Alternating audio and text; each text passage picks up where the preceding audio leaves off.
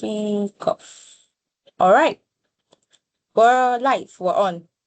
Good afternoon, everybody, once again. My name is Chizurum Egwunwankwo, and in case you don't know, this is the Interswitch Developer Community and Enyata Hackathon workshop. So the purpose of this workshop is just to help you prep and get you ready before the main thing, which is the building phase, then the demo day, and all other details. I have my colleague from Enyata Community, Daniel, here. Daniel, are you online? Are you here?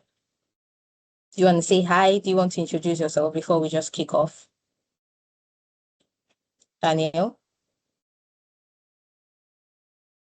Okay, all right. So I'm unable to reach Daniel, so I'm just going to go ahead and I'm going to share my screen. And the purpose of sharing my screen is simply to take you through how this workshop is going to run and how it's going to go. Okay, let me just give you access, Daniel. Just a minute. To know how I missed that. So.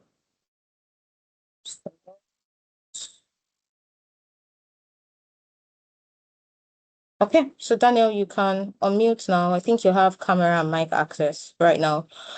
So you can just go ahead, introduce yourself. If possible, if you want to tell us a little bit about Enyata, I think that will also be great before we kick off. So I'm just taking this time so that our facilitator can join us. So Daniel. All right. Hi, everyone. Good afternoon. Sorry, I can't turn on my video right now, but I'm Daniel Umoren from Enyata, and I'm excited to be here. I mean, this workshop has been a long time coming.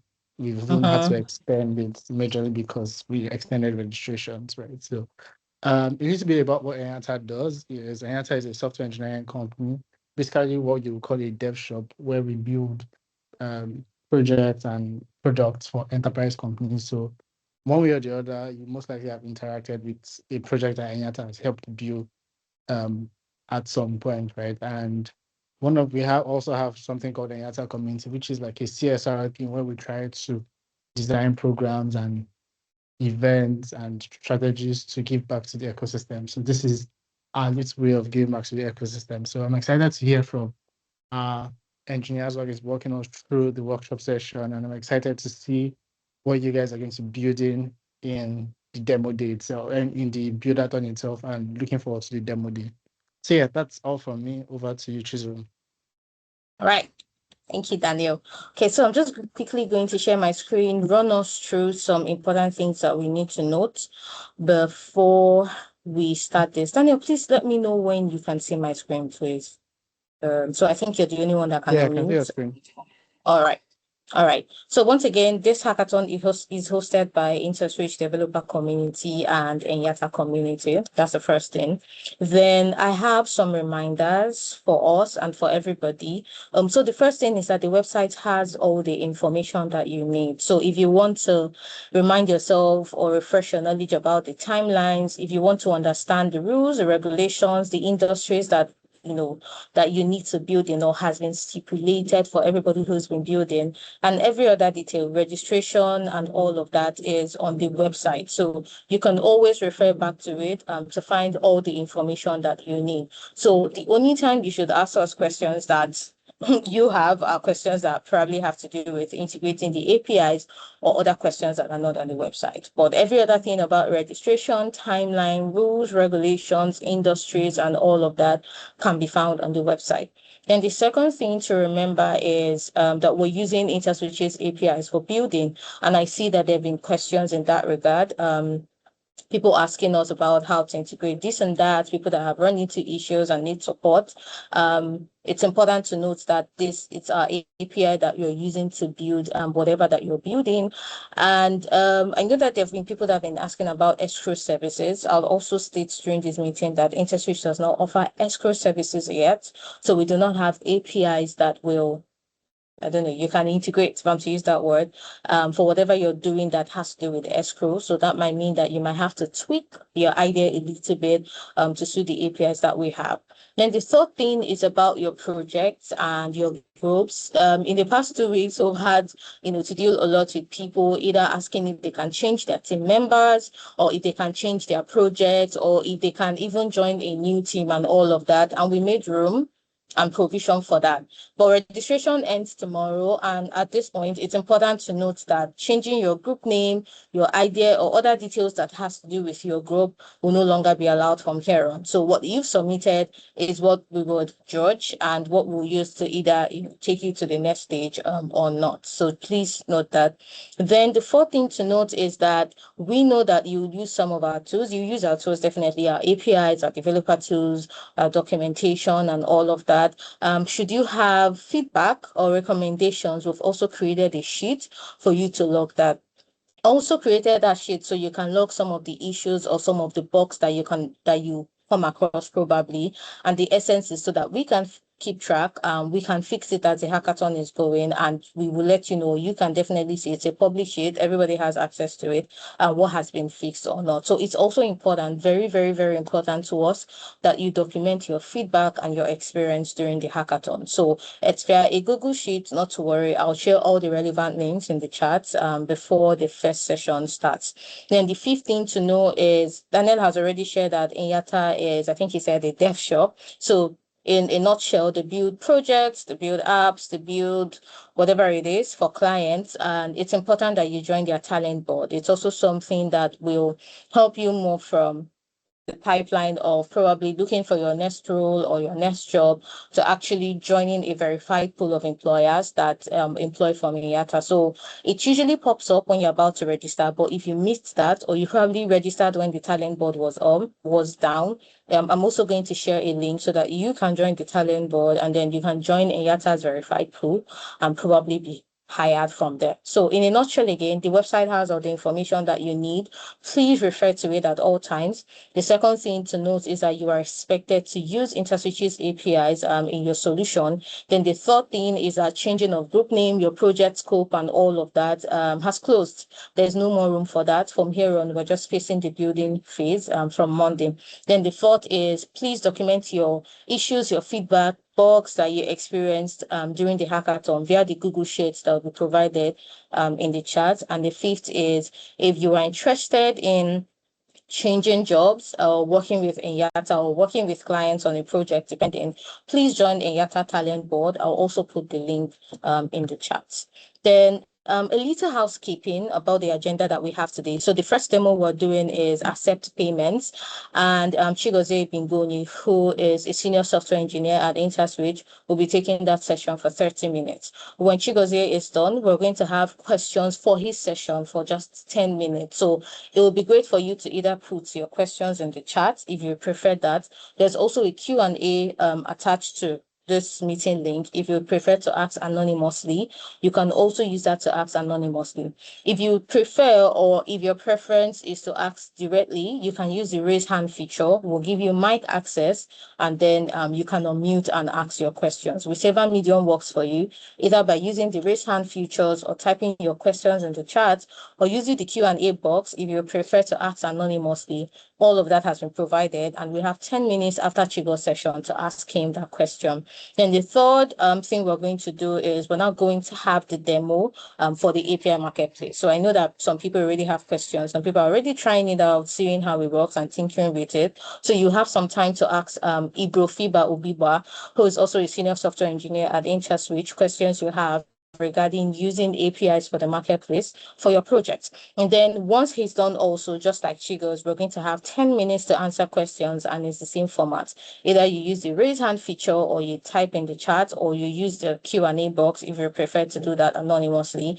Then the last one is the value added services. So it has to do with airtime, bills payments, and all of that. So if your project or idea would need APIs regarding to that, we're also going to have Boma, who is a software engineer at Interswitch, take that session. Then before we close, Daniel will just take some reminders or some things that we need to keep in mind, and then we'll call it a day. Please remember that this session is being recorded. So if you miss anything at any point, we're going to upload to YouTube and then share the link with you in subsequent comms that we have with you. And then the last thing I'm going to talk about so that I can give Chigo room to kick off is the demo day. So you already know that, we are in the registration phase, which is the first. The next phase is the building phase, which starts from Monday.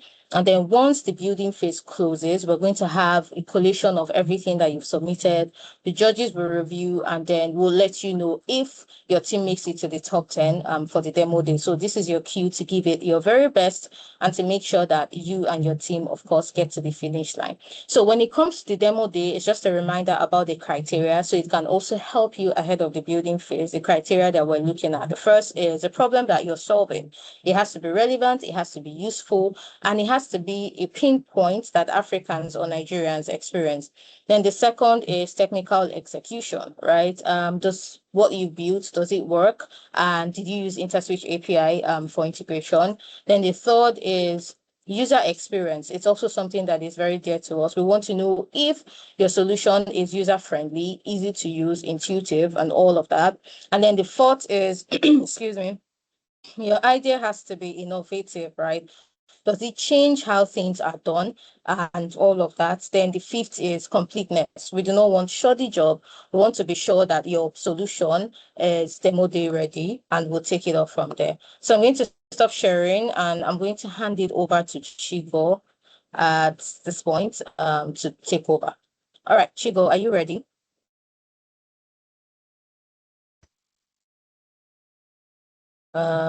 Chigo.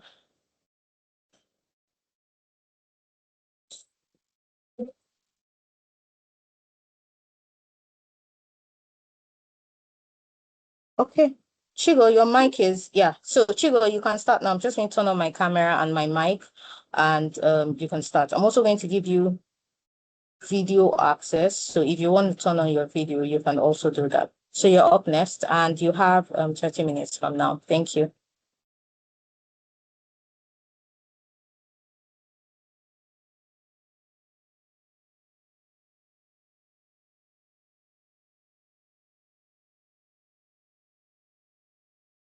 Okay, Chigo, you have mic Can anyone hear and me? camera Can you hear me? now. Yeah. Yes, we Yeah, can good hear you afternoon, now. guys. Yeah, good afternoon, everyone. Yeah, welcome to the session regarding payment integration to Interswitch. So let me share my screen briefly so that we don't really spend much of our time.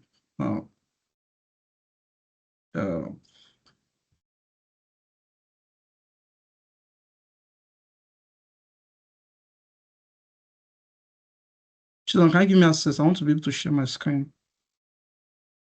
Okay, just a minute. Let me do that. Just give me a few seconds. Okay. So if we have questions as we progress with the discussion, most likely what you can do is that either you can drop the question in the chat, or maybe immediately after I'm done, then you can ask your questions. Okay. Chigo, you have mic. You can share your screen now, rather. Yeah, Thank you. yeah, let me do that.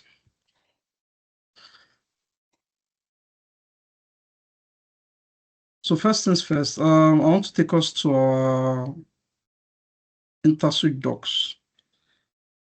Now, basically, most of the things that we need today for integration to Interswitch APIs for accepting payment is kind of, they are all documented within this our documentation. So we have all the details that we need. But if you, after checking through the documentation, you think that some things are missed out, then you can reach out to me or reach out to Chizurum, should reach out to me, right? So, and the documentation actually is kind of robust and self-explanatory. Even the integration is sort of easy. So it won't really take you much of time to handle the integration. So basically, let's start with the overview. So this is the accept payment bit. So today, before you start any integration to Interswitch's API, first things first. So you need to be able to generate. First, you need to have, like, what's it called? You need to be a merchant on the platform. So being a merchant on the platform gives you that room to be able to get what's called your client ID and secret, to be able to generate a token. So that token is needed for in case you want to make direct calls to some of our APIs that you need.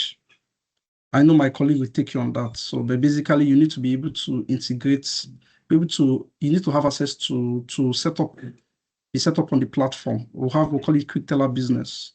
So after that setup is done, you have what you call a merchant code and something we call a payable item ID. So all of those information can be gotten from a quick teller business platform. So I will show you a sample of show how the platform looks. So before you start, so you need a merchant code. So it means that you already set up on the platform. So how do you set up on the platform? There's a sign-up process today. So if you're integrating on behalf of a company would have been set up as a merchant on our quick teller business. After that setup has been done, there's a merchant code that gets generated, and also there's a pay item ID. So basically what happens is whenever you want to pay for an item, if customers want to pay you, there's something that will identify that payment, right? So that is what's called the pay item ID. So what that will mean is that if you have the pay item ID, you can be able to set up all the payment options that you want visible on your payment gateway. So all of those flexibility, you have them on the platform, right? So you go to the platform after the setup, you be able to enable those options. But I'll take us through the process. Now, so that's why from the overview, so quick teller business gives you the ability to accept customer payments on different channels using different payment options. That's what quick teller business does. So I'll give you a sample of how it looks briefly.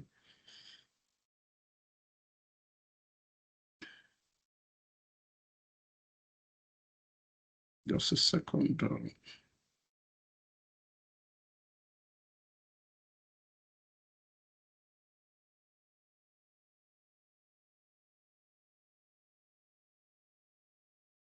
So if you already set up, remember that you're doing, most of your integration might be done on behalf of a merchant. So it's possible that the merchant would have been set up on the platform and will have those details that are needed. So let me assume that I've already logged in and I've been set up. Okay, look at the setup process. You register and all that, then some details are provided to do KYC for that merchant. So we need to know who the customer is at that point. So we'll do all those verification. After all of those have happened, then the customer has some details the customer can sign in, but it might be limited to what you can do if you're not approved. Let's assume that the merchant has done the sign-up process and the approval has been done. So if you log in, I'll now take you to the developer tools. So when the merchant has logged in, so this is what is visible to the merchant. You have all of those, a lot of features that can enable you to do stuff. But our major concern is at the point of the payment integration bit. Now, this is our developer console. Now, in this developer console, remember I mentioned that before you can do that integration, you'll be able to have a merchant code you would have been set up. So I'm assuming that this merchant has already been set up. That is why the merchant has what we call a merchant code. You see at this part, look at the integration bit, this tab here. You have all you need for that integration to happen successfully. And you also have a tab for webhook notifications, where we notify you in real time for transactions that are successful. So if you come here, you see the merchant code, you need this. Now, this is the pay item ID, we'll call it the payable code. So for payments to happen, it means that you need to set up your payment options, your payment channels. So now when a customer when the customer is taken to the payment gateway page, you see a list of payment options available. So based on the payment options that are available, the customer cannot proceed to pay. But however, before you can load those payment options, you need to be able to select the options that you want visible on that payment gateway page. Now, you can have different that's why we have payment items, payment item ID. You can have multiple payment item ID based on the kind of business that you operate. Maybe on business A, you know the set of customers that you have, they pay majorly with do majorly transfers. And for that case, you might want that, okay, for this set of customers, I want to give them something that the only option available for them will be just card and transfer. Because you know, why some other customers, you can say, okay, I want to create a different pay item ID that will have the list of different options for them. So everything is, you can actually do all those configurations, but by default, this is what you have here, right? Now, if you want to enable some of the payment options that you need, so we have here, you select your payment gateway. then you actually select enable or disable the options that you want visible to your merchants. Now you can only do that from the payment platform, from the business platform. So that's where you can do all of those. Now, for now, we've already gone to developer tools, and we'll have the merchant code, you have the pay item ID. So that's where you need to proceed. So you have all of those. Now let's proceed to accepting payments. Now, for accepting payments, now we have the web checkouts. Now, that's our major focus, accepting payment web checkouts. So the card APIs is something that those that are called as aggregators that can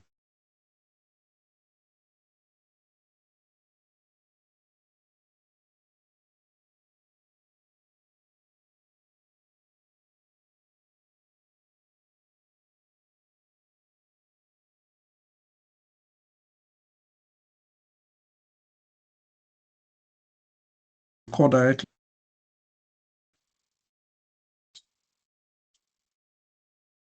Can you hear me?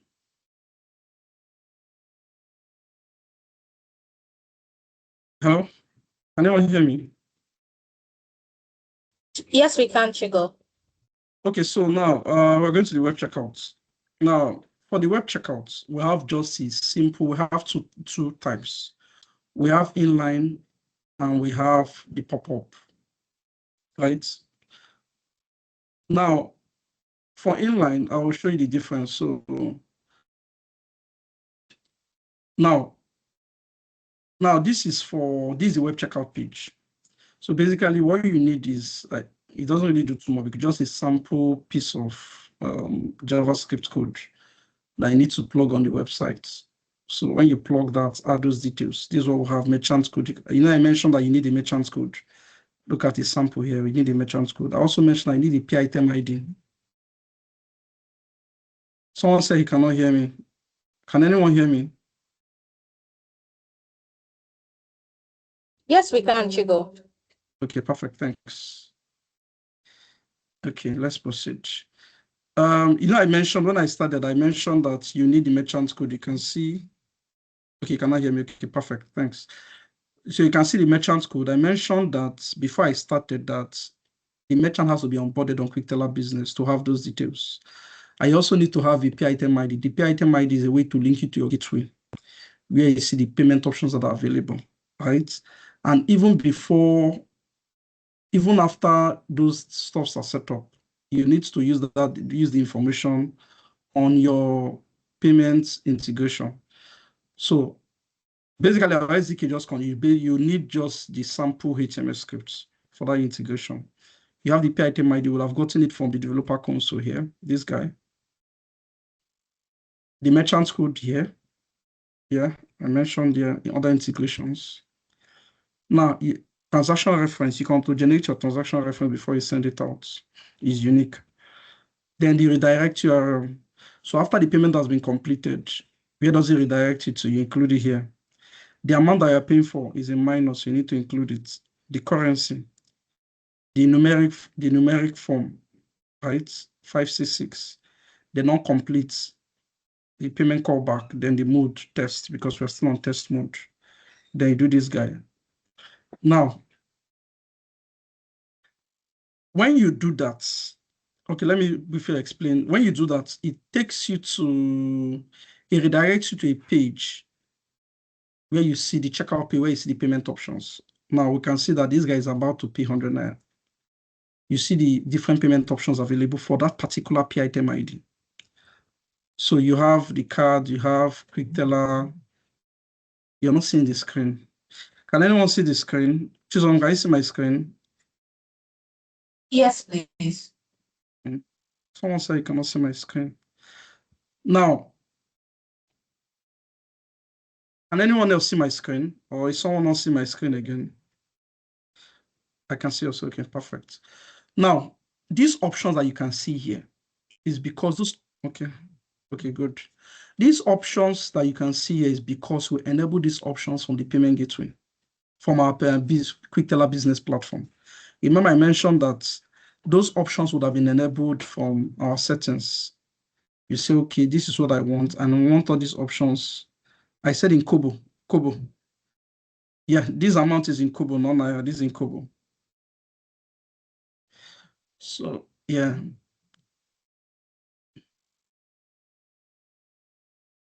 So these options would have been, I mentioned that you would have enabled the options, the payment options that you want visible on the payment gateway page. Now, these are the options. You have wallet, you have Google Pay, pay on credit, pay with mobile money and all that. Then you can proceed to click any of the options.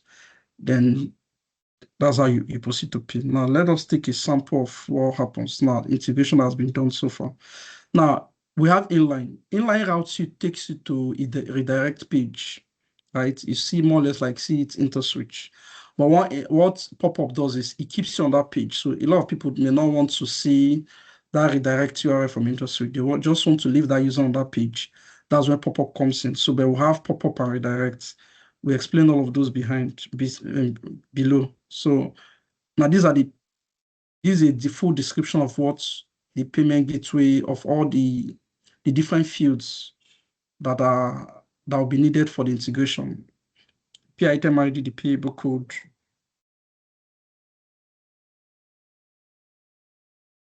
Chigo, please just go on. Don't mind the chat. Okay. Just go on. Pay item ID, payable code, pay item name, the transaction reference, the amount. Remember, I mentioned it's a minor. You can see that it is a minor, very, very mandatory. It's a must, you need to pass it. The currency is also mandatory. Customer name, you might not pass it. Customer ID might not pass it. Customer mobile number, if you have it, you pass. It's not mandatory. These require that the mandatory fields. Merchant code, we said yes for us, that's the merchant code. Site redirect URL, merchant with the tokenized card for those that want to do recurring debits and all that. So you pass tokenized to or false. So it depends. Then the access token, true or false. For us, access token can be gotten from passports. I'll explain all of those. Then the mode of payment, is it text or live? Then the callback. Now these with the web redirect, I mentioned about the inline, the pop-up one, the redirect one now. So with the web redirect, the user will be navigated away from your site to the payment gateway page. So which is what I just explained, that there's a redirect bit and there's a pop-up. We spoke about the inline, which is the pop-up. It's like the pop-up one, then the redirect is the one below. Then redirect take you to a different page and gives you take you to a URL. And Interswitch is the direct URL. Then you see the payment gateway page, then you proceed to pay. The customer proceeds to pay. See all of those, we have those details here. Then confirming transaction status, we have APIs that can enable you validate the status of that transaction. However, we have so some merchants will prefer send them notifications in real time, right? Because that is how you can tell the status of the transaction as at the time. Why some merchant will prefer, okay, even with that's where we need webhook.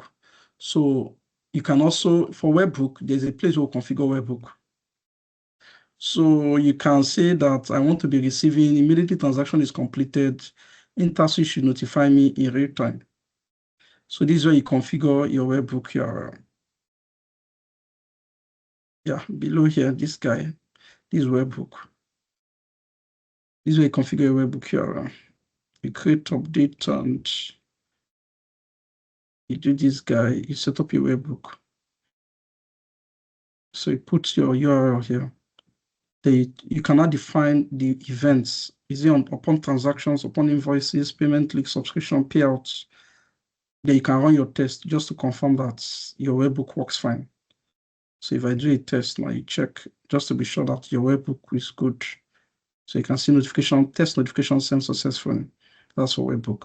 So for merchants that want to get their notification in real time, it means that you need to set up your webhook URL. So for the webhook, Interswitch is sending you a payload structure. It means that your API, the endpoint that you're exposing, will need to conform with the payload structure for we to notify you. If it doesn't conform, then definitely the transaction will be bounced. So it has to conform with the payload structure. So that's for webhook.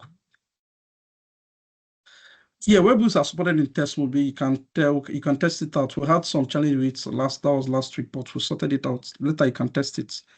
Then because we we have scenarios where you might want to call the check transaction status. Maybe if notification doesn't come in as expected, maybe you want to now manually confirm those transactions.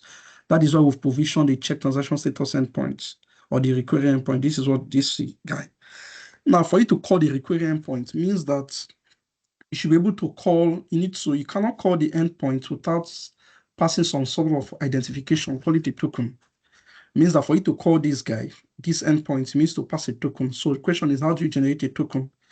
Now, part of the authentication, we'll go back to the basics, because now I want to tell how we can call, because you can decide to have maybe, if a customer has paid, maybe you want to add a button. Maybe if you don't get notification after maybe some minutes, you want to manually allow the customer to call a button, click on a button to get notification. Realistically, your notification will come in real time. In seconds, you'll be able to get a notification as long as the transaction is completed. But you want to still have additional, maybe like a fallback to say, okay, if I don't get this notification after so duration, maybe the kind of system that you have, you want to now manually call an endpoint to check the status of that transaction.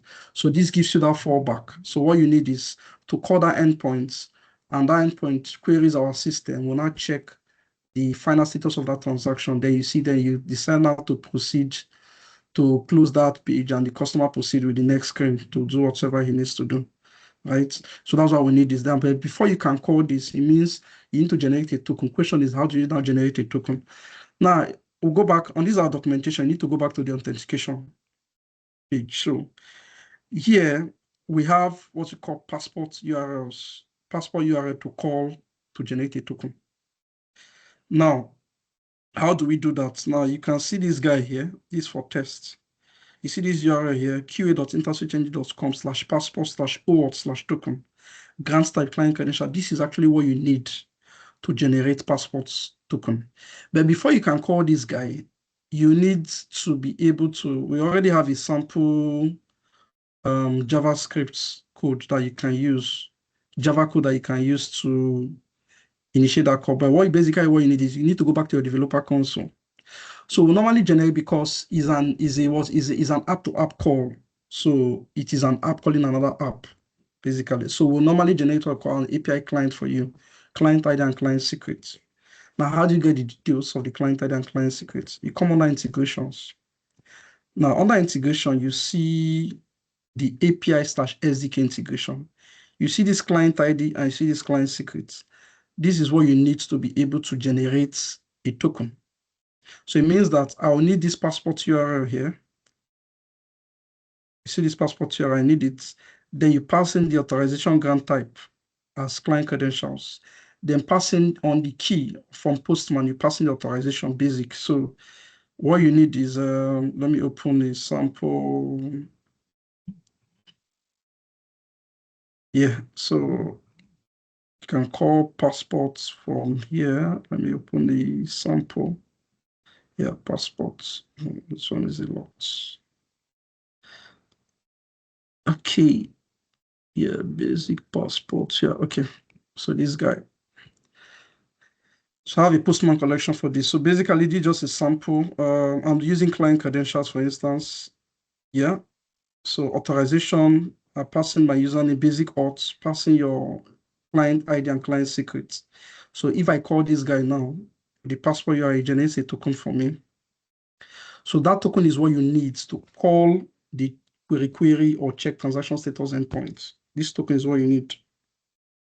So these are the token comes. So you need this guy to be able to generate, to call the check transaction status endpoints. So it means that I'll go back to accept payments. So on this part of we checking web checkouts. So this bit where we have query transaction status, this guy. Yeah, so this guy. So it means that before you call this, where's that guy? This guy. So you need to pass in your token. So you need bearer space token, right? You pass in bearer space token, call this endpoint with the token that you've generated. You know how you got your token. You're calling passports. You already got your client ID and secret form, the developer console from your merchant. So get the details. Fire this when you initiate this call. You get all of these details that you need. Split account for those that do split, the date of the transaction, the response code, that is successful or not, the response description, the account number attached to that payment, the payment reference.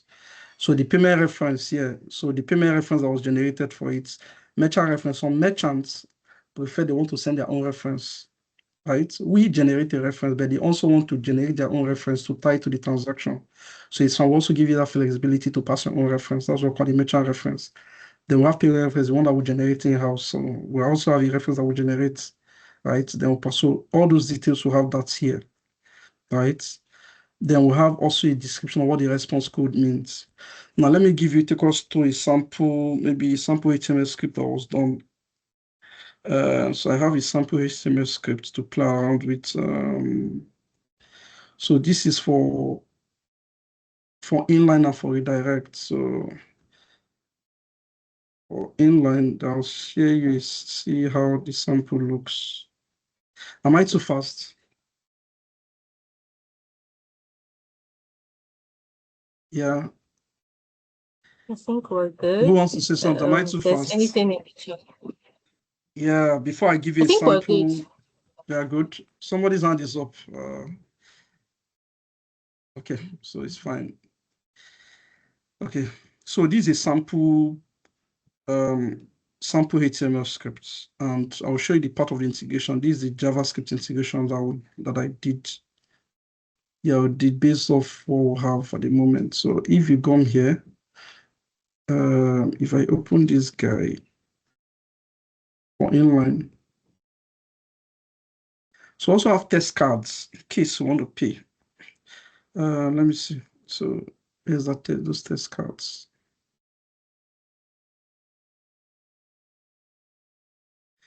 So we also have test card that you can play around with. So yeah.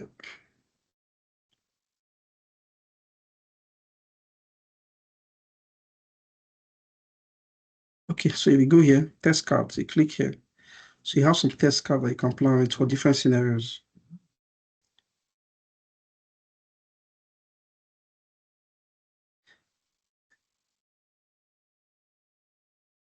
So you can see different scenarios here,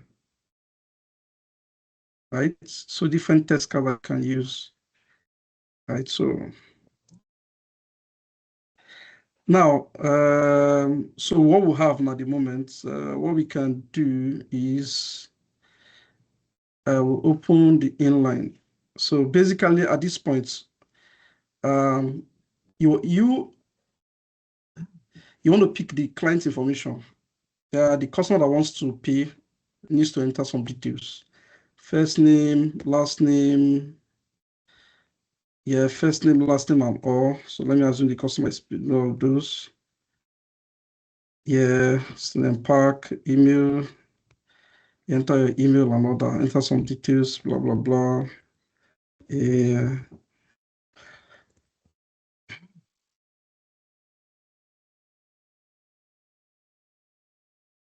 So they proceed to pay with Interswitch.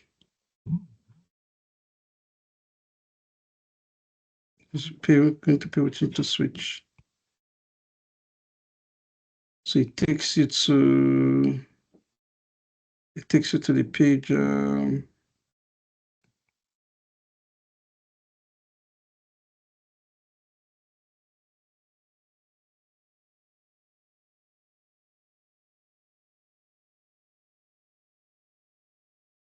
So now these are the options that are available at this point. So that's the one that was enabled for that particular pay item ID.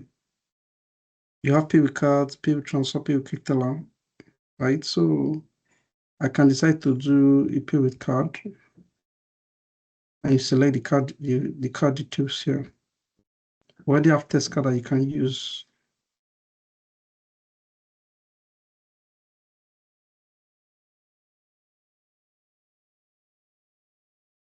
So we can use, let's say, take this guy.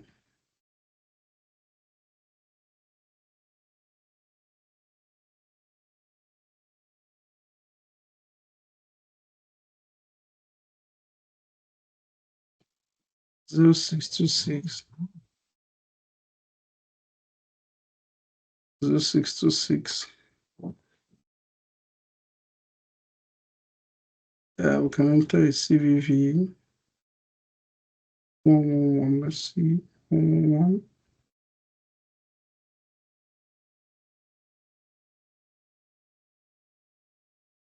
So I already have a pin associated with it 4 months.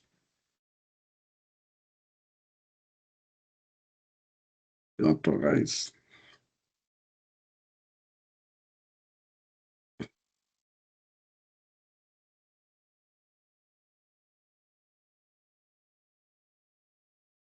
So this guy isn't OTP. So let's see. Okay, we didn't put OTP for this guy. Let's go to authorize. Let me enter anything.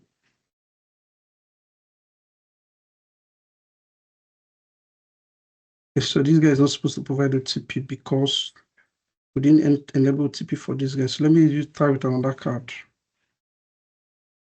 Let's try with the different test cards. Okay, this guy requires on success. This guy requires OTP. Let me use this.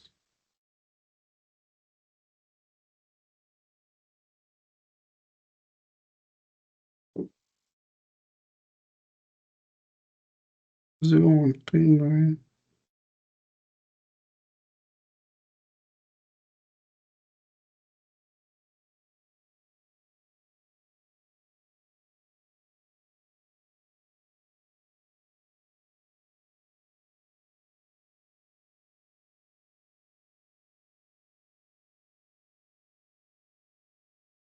People ones.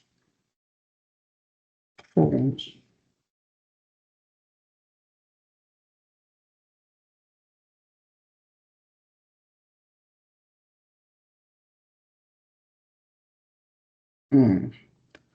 Okay, I think maybe there's a downtime. There's something wrong from the processing end, but apparently, so I'll need to check. Okay, let me try this. Let me try this guy. So I will try the payments. This is for a direct. So you can cancel the payments and give it a try. It's a different test card.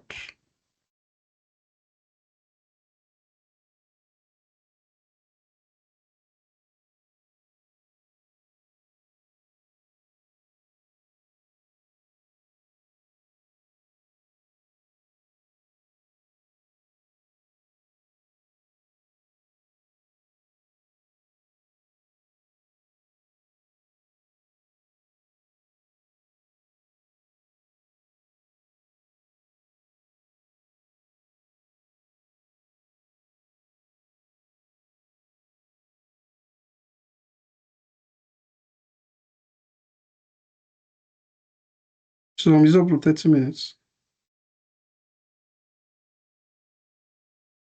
You can take an extra 10 and then we'll wrap it up. This one also requires OTP. Let me try it. This also requires OTP. But then, let me see.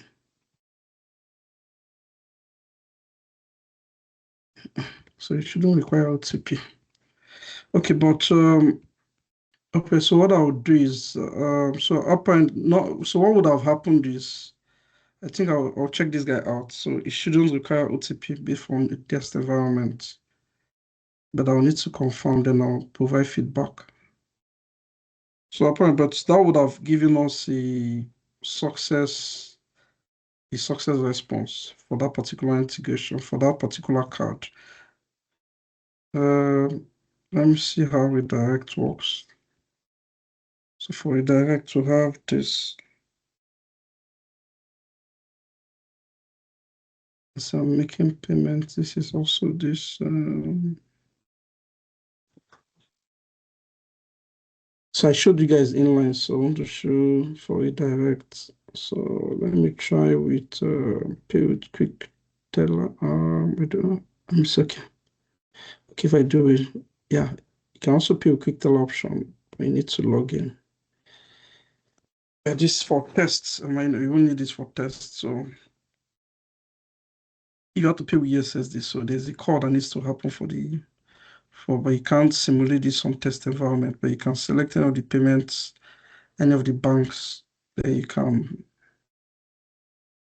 So realistically, when this guy generates the USSD string, the customer can complete the payment from his end. Then there's a notification that gets sent, the process will be completed soon. If you notice, I used two different pay item IDs. This one generated card, USSD, and quick teller. The first one for inline generated card, transfer, and quick teller. So you can have all the payment options as well. So this guy means that when you take this guy, you can pay for complete payment from your end, of which you can simulate on test environments. Then for card, I'll still give it a try with a different card. Let me see. But I will need to sort out this card bit to know. Let me try the Visa one.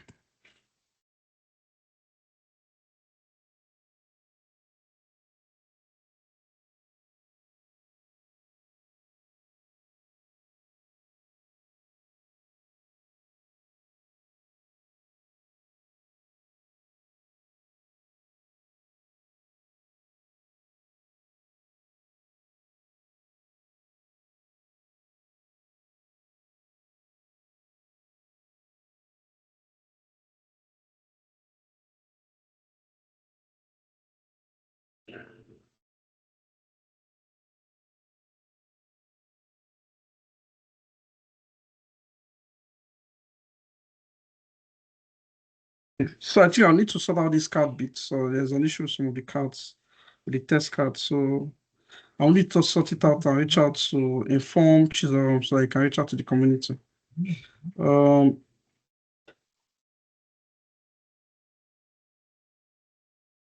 So if we have, so in case if we have questions, we can feel free to ask. We have, so I'll start at checkout. We have the card APIs, that's card payment that we can use. But usually we'll focus on checkout. Chizurum, maybe we can proceed to take questions. So, Chizurum. Yeah, Chigo, I'm here. Okay, so we have two people that have raised their hands. Please, if you have questions, raise your hand so that sorry, we can take it. So I'm looking at the Q&A to see if there's any question. So the first is, who are merchants, please? Then who in the team acts as matron to get the key, or everyone is expected to? Okay. So that's the first. Let me look at the charts. So who is a merchant? Someone that deals you're into provision of goods and services. People pay you for a product. You're selling out and you deal on you have a business that you provide services to other people, right? And apparently you want to upscale what you have. So but you need a better approach to upscale. So that is a merchant. So you have a business and you provide services to people. So that's a merchant.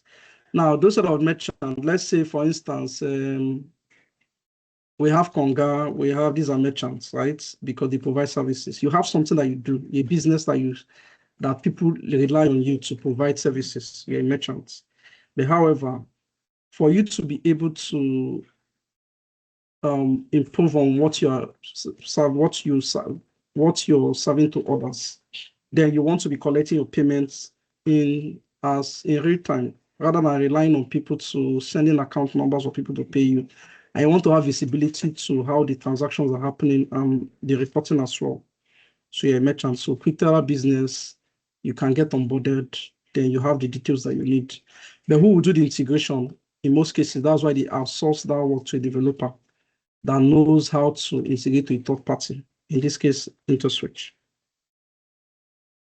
Does that answer the question?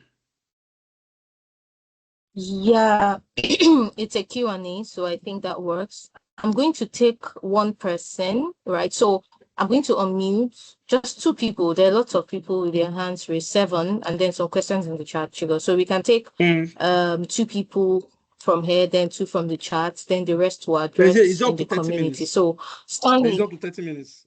It's yes, more than 30 yes, minutes. it is. Okay. It is. Yeah. So yeah, I'm going to allow Stanley. Stanley, you have just 1 minute to ask your question, and we will take from the chat. So Stanley, you have the mic now. You can ask. Please unmute and ask. Okay, I don't know if you guys can hear me. Yeah, Stanley, I can hear Oh, you. yes, we can. Okay, so Yeah, let me love just go to. straight to the point. Okay, the whole idea about this hackathon, although my own project is not has nothing to do with payments Oh, endpoints. okay. So just to query account number and verify, then make refunds and stuff like that. So what I'm after is I've signed up for this I've been reading the documentation for weeks now, and I noticed that I've been having a lot of issues with the issues that concern maybe I need to these stuff are not working on tests. So what I want to know is, for we to be able to make use of those endpoints I just mentioned, do I need to be a registered business owner on the on the QuickTeller platform, or those I can just use my test environment to work on them? Yeah, I don't know if that was straight. Yeah. So when I started my explanation, I said the only way you can leverage on what we have, you need to be set up as a merchant on QuickTeller business. Okay, because there's some information that you need. Okay. Yeah, some keys that you need to. Yeah, that's why I said so. Okay, I still have a little bit 1 minute. So to do that, on the sign up page, I've already created an account there, and I hope on test environment.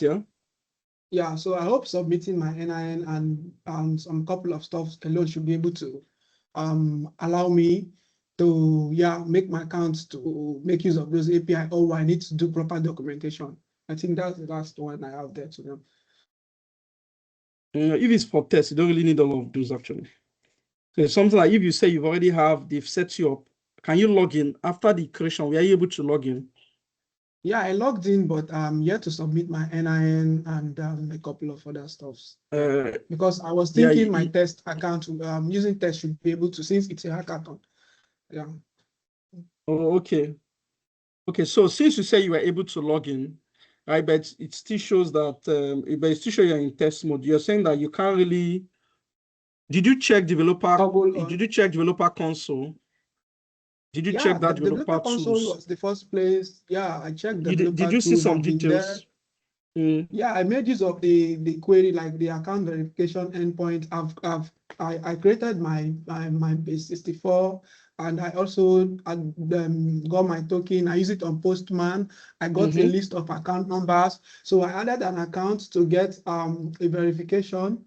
So I was thinking I could query with my actual bank account. So I was trying that out. Actual. It didn't work. So but this test environment. So yeah. So I don't know if you people like, how do you people want us, like, you people want us to use test to demo our project, or you want us to use, that's the main like question there too.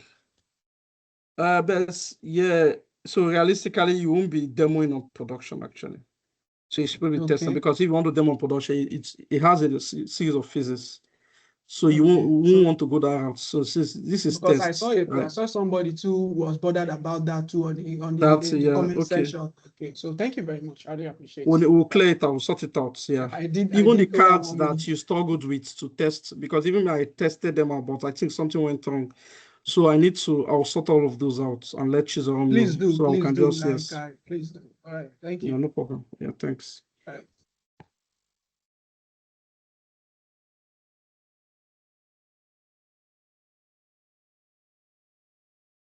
All right, thanks, Chigo. So there's a question in the chat. Can you hear me? So let me get it. So we'll take one from the chat, then someone else. So someone said, can we get confirmation? Sorry. Okay. Do we create an account on QuickTeller Business? What about approval? So I think the person is asking about how to get started or something. On tests. So normally on production, so if you send those details, it goes through. We need to validate the details of that merchant just to be sure that you're not fraudulent. We'll do some due diligence on the merchant. So we'll have a compliance team that does that. But on tests, you can send it, but we don't really do that. But there's a way to validate all of those. So just for tests. So that the person that complained maybe share a merchant code that will validate that. Do you understand? But you don't need to go as long as you've created the account, right? As long as you've created, because there are two ways. You can be a registered business, can be a startup business, right? Now, so if you register as a startup business, you can still do your stuff, right? You should be able to log in. When you log in, get your developer details from the developer console. Try to query, call some APIs, passport. Can you generate a token? That's the first thing. If you can try to call some other APIs to check, to validate if you can do transaction and check if you can get the details of those transactions. So I think that's what we need to do. But if it's for KYC, normally on production, they send those details, but UAT, it might be there, but people might not. So it depends upon request. Someone will have to now do the help you manually approve it. But on test, as long as you create as a startup business, you should be able to perform some other some activities on the platform. You can do some call out APIs. Okay, thanks, Chigo. So I'm going to unmute, I think, Samuel right now. Just a minute, so we can take more. So Ibro asks for just 10 minutes, so we can just take two, Chigo, if they don't mind. So I'm going to Okay. unmute Samuel Umoren to ask his question. Yeah, feel So free. Samuel, you have mic access, so just ask, please. All right. Thank Samuel, are you you very here? much. Yes, can you hear me? Hello? Yeah, I can hear Yes, you. go on. We can hear you. Hey, yeah, thank you very much. Thank you, sir, for the amazing session. So my question Yeah, is on community. I've been hearing about the community. I don't think I'm part of the community, and how do I join the community? And the second one is, I think the first speaker spoke about it. I just want to clarify what level of verification needs to be done to gain access, at least the test mode for the. Do we need to just register like normal registration, or do we still need to add KYC, KYB? Like for people who even don't own a business yet, do we need to add all register as those a things? startup business. Just register as a startup business. So for startup business, I don't need, like, what do You I don't need need CAC. to? You don't need to submit CAC and all that. A registered I business don't means need. you don't need to submit your CAC details. So you just All register right. as a startup business, yes. It is when you want to do an upgrade, that's where they can now upgrade it to registered business. That's where you provide some other information, like the CAC and some other stuff. All right. So for your Thank you test, very you much. can register as a startup business. All right. I think we'll have you Thanks. here. So yeah. So when you want to register, so this is a test, this is a UAT environment. So get started. Sorry again. You haven't Okay. addressed the community. How do I join the community? Okay, Chizo, I'll move out to you. Yeah, I shared the link in the chat. I'll share it again before the meeting ends. I shared the link to everything you need, so it's in the chat. But I'll share it again or pin it in the chat so you can easily access it. But I'll share it before the meeting ends.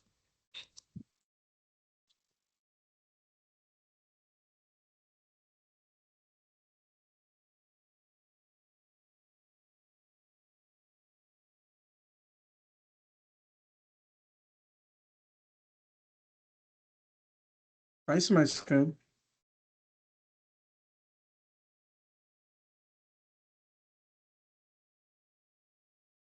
So I go to create accounts.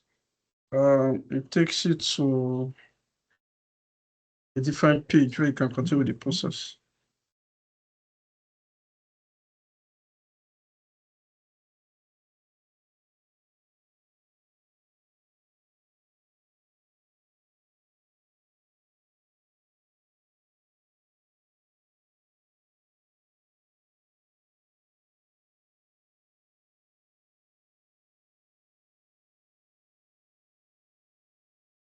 So the network is not really.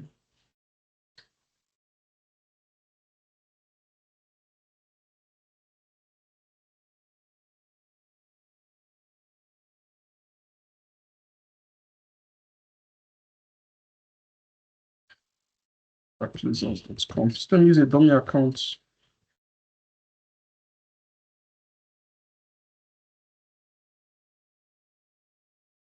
I think it's my network. So I hope you don't mind. Let me quickly. It's totally fine. It's time, right? It's is. Yes, it is. It's his time. Okay, let me I wanted to quickly create. Okay.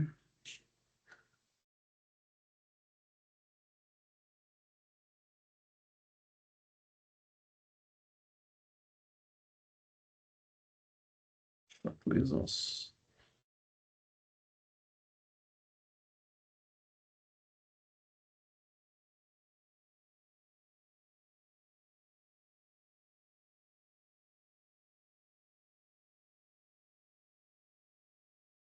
Let's 50-50. These are UT environments.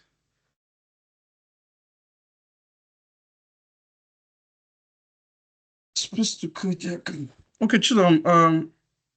So are there other questions? Yes. So just give me few minutes. Yeah, so I'll take Oluwatobilola's own. He said, please, can you help me confirm for whatever solution we are building, do we maintain the test credentials that have been shared before now in the community, or we have to use our QTB credentials? So he's asking for tests. Which do they use? There is the test credentials on QTB as a business. As far as you can log in, check the test credentials sent to you and use it. Okay. So you can see I'm going to allow... this is a startup business and this is registered. There you can proceed and fill up the information. This is a startup business and fill this up. Fill the other details, business and all that. When you fill, you submit. So if you feel you submit, it creates. If you feel you submit, to be able to create, send you some information.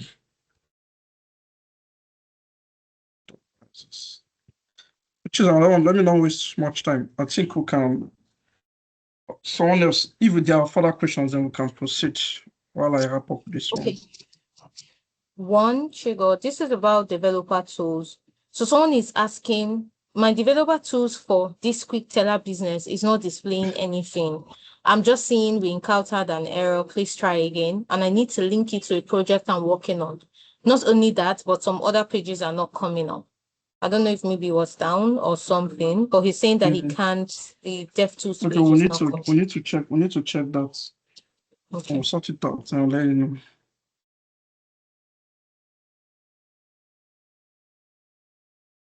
Okay. So can I give one more person room to ask, and then we can now go to API Marketplace? It's fine, that's fine. Okay. So FedEx, I'm giving you mic access. You can ask your question in 1 minute, please. FedEx, are you here? Okay. Yeah, I am. So I think my questions have already been asked. I wanted to ask that how would we like get access to test credentials that we can basically use to integrate with Interswitch? Oh, I think Chico has answered that. I've answered those. Yeah. Okay. So I'm going to give Kanu Onet, the last person. Every other question, please put it in the community. Today is a holiday, tomorrow is a holiday. So that means that our support team will attend to them by Monday, most assuredly. But Kanu Onet, you have the mic. Please just ask in 1 minute. Thank you.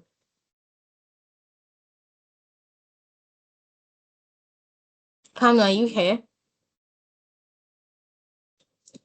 Okay, he's not here, Chigo. So I'm just going to give it to somebody who has the name called Dev. I'm here. Can you hear me? So, oh yes.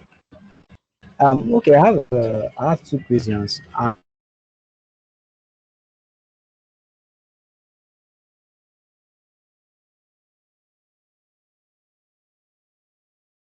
We can hear you, and we don't have the luxury of time, so I'm just going to give somebody access. So Anthony, just ask your question. I've given you mic access right now. So ask so we can go on to the next. We still have just one more to go, so we don't take so much time. So Anthony, can you ask your question? Okay, can you hear me? Yes, but it's a Hello, bit can faint. It would be great if you speak louder. And sorry, I was off the meeting for account. a while because of network issues and all. But I just wanted to clarify, like, the idea, like, is it like, must it be based on a fintech product, or like it's open to other distant, because like most of the APIs and all goes based on payments and everything like that. Chigo, did you get that? I didn't get that. Yeah, we can hear you, but we can't make out your words. So if you're using like an I was earpod or saying, something, that might the be the issue. products, like the idea, like, can you hear me now? Yes, we can. Go on, please. Okay, I was saying the product, like what we are to submit, like, must it be based on a fintech product?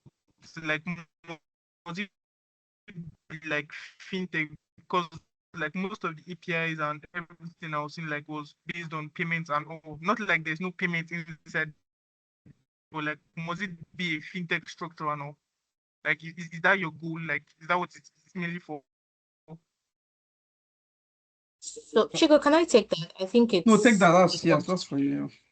all right, thank you. So it's not only fintech products, right? There are several ideas you can have or several projects you can do that might just require integrating payments. Integrating payments is not just for fintech. Childek is not a payment app, but they integrate payments so you can be able to order food and pay at checkout. There are several other ideas like that. E-commerce sites are not entirely fintech companies, but there's like a payment element where after you place an order and all of that, you'll have to pay.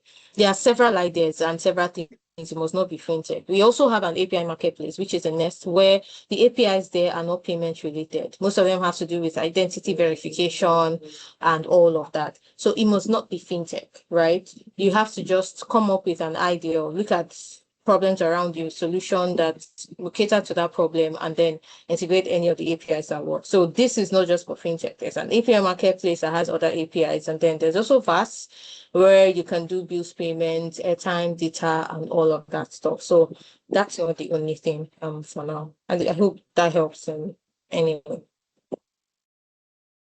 Yeah, it helps. Yes. All Thanks. right, thanks. All right. So I don't know, Chigo, if you're showing something, let me see if Ibro is ready so we can go to the next. Okay. Oh yeah, confirm from Ibro if he's ready. If there are no further questions, let's confirm from Ibro. I didn't really. Yeah.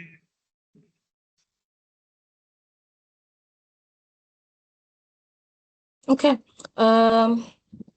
Chigo, I think you can take one more question while I confirm.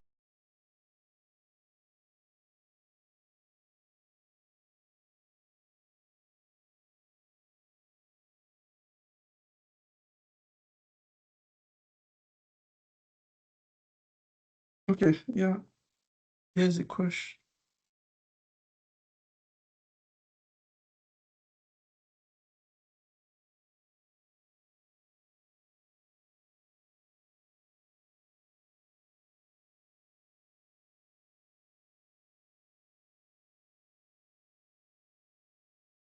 Hi, Chigo. I think we can take one more. Or some other. Yeah, Ibro just needs a little bit more extra time. Okay. Oh, is So I'm going to Boma check. available? Not yet. Not yet. Okay. So Okay. Yeah. Let's so I'm just proceed with scrolling through, and then I'll ask you. Okay, so there's none in the Q&A. So I'm just going to go to the chats. I think I've answered the ones related to you in the Q&A.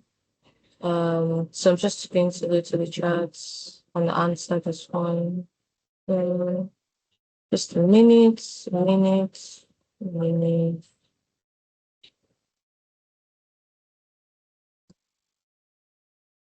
Okay. Someone said, long story short, before we do anything concerning the API, do we need an account on QTB? Yeah, actually, for the APIs, as long as related to accepting payments, you need an account on QTB. Yeah. So when Ibo gives an overview of the set of APIs that we have today on our developer community, on our API marketplace, then he will explain some things. But for accepting payments, you need an account on QTB.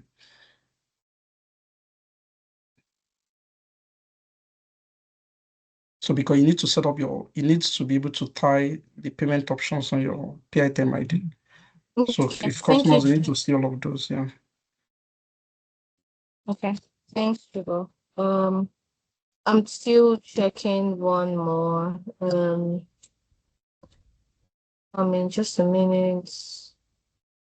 Just a minute. A minute. Okay, someone asked if the amount is Naira or Kobo, but I think they got it. I Yeah, think you said it's in Kobo. yeah, it's a Kobo, yeah. And it's on the documentation as well. Okay. So I think that's it really. Thank you so much, Chigo. And okay, so there's Adenike. So I'm just going to give Adenike access to ask her question. And I think that will be last. I hope Ibro will be ready by then. Okay. So Adenike, you have the mic. All right, thank you very much. Am I audible, please? Yeah, yeah, Yes, you Adenike are. can proceed. Okay, so the question is, if we need a quick teller business account or a developer account to access the API, like if there, I'm asking if there's if quick teller offers virtual accounts for customers. Yeah, you see that the APIs, we have APIs today that can use to generate virtual accounts. So let me share my screen again quickly. Since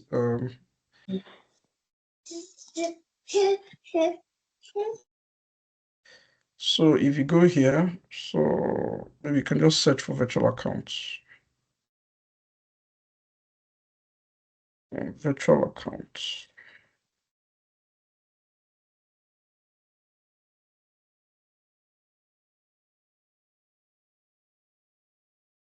Yeah, so pay with transfer, virtual accounts.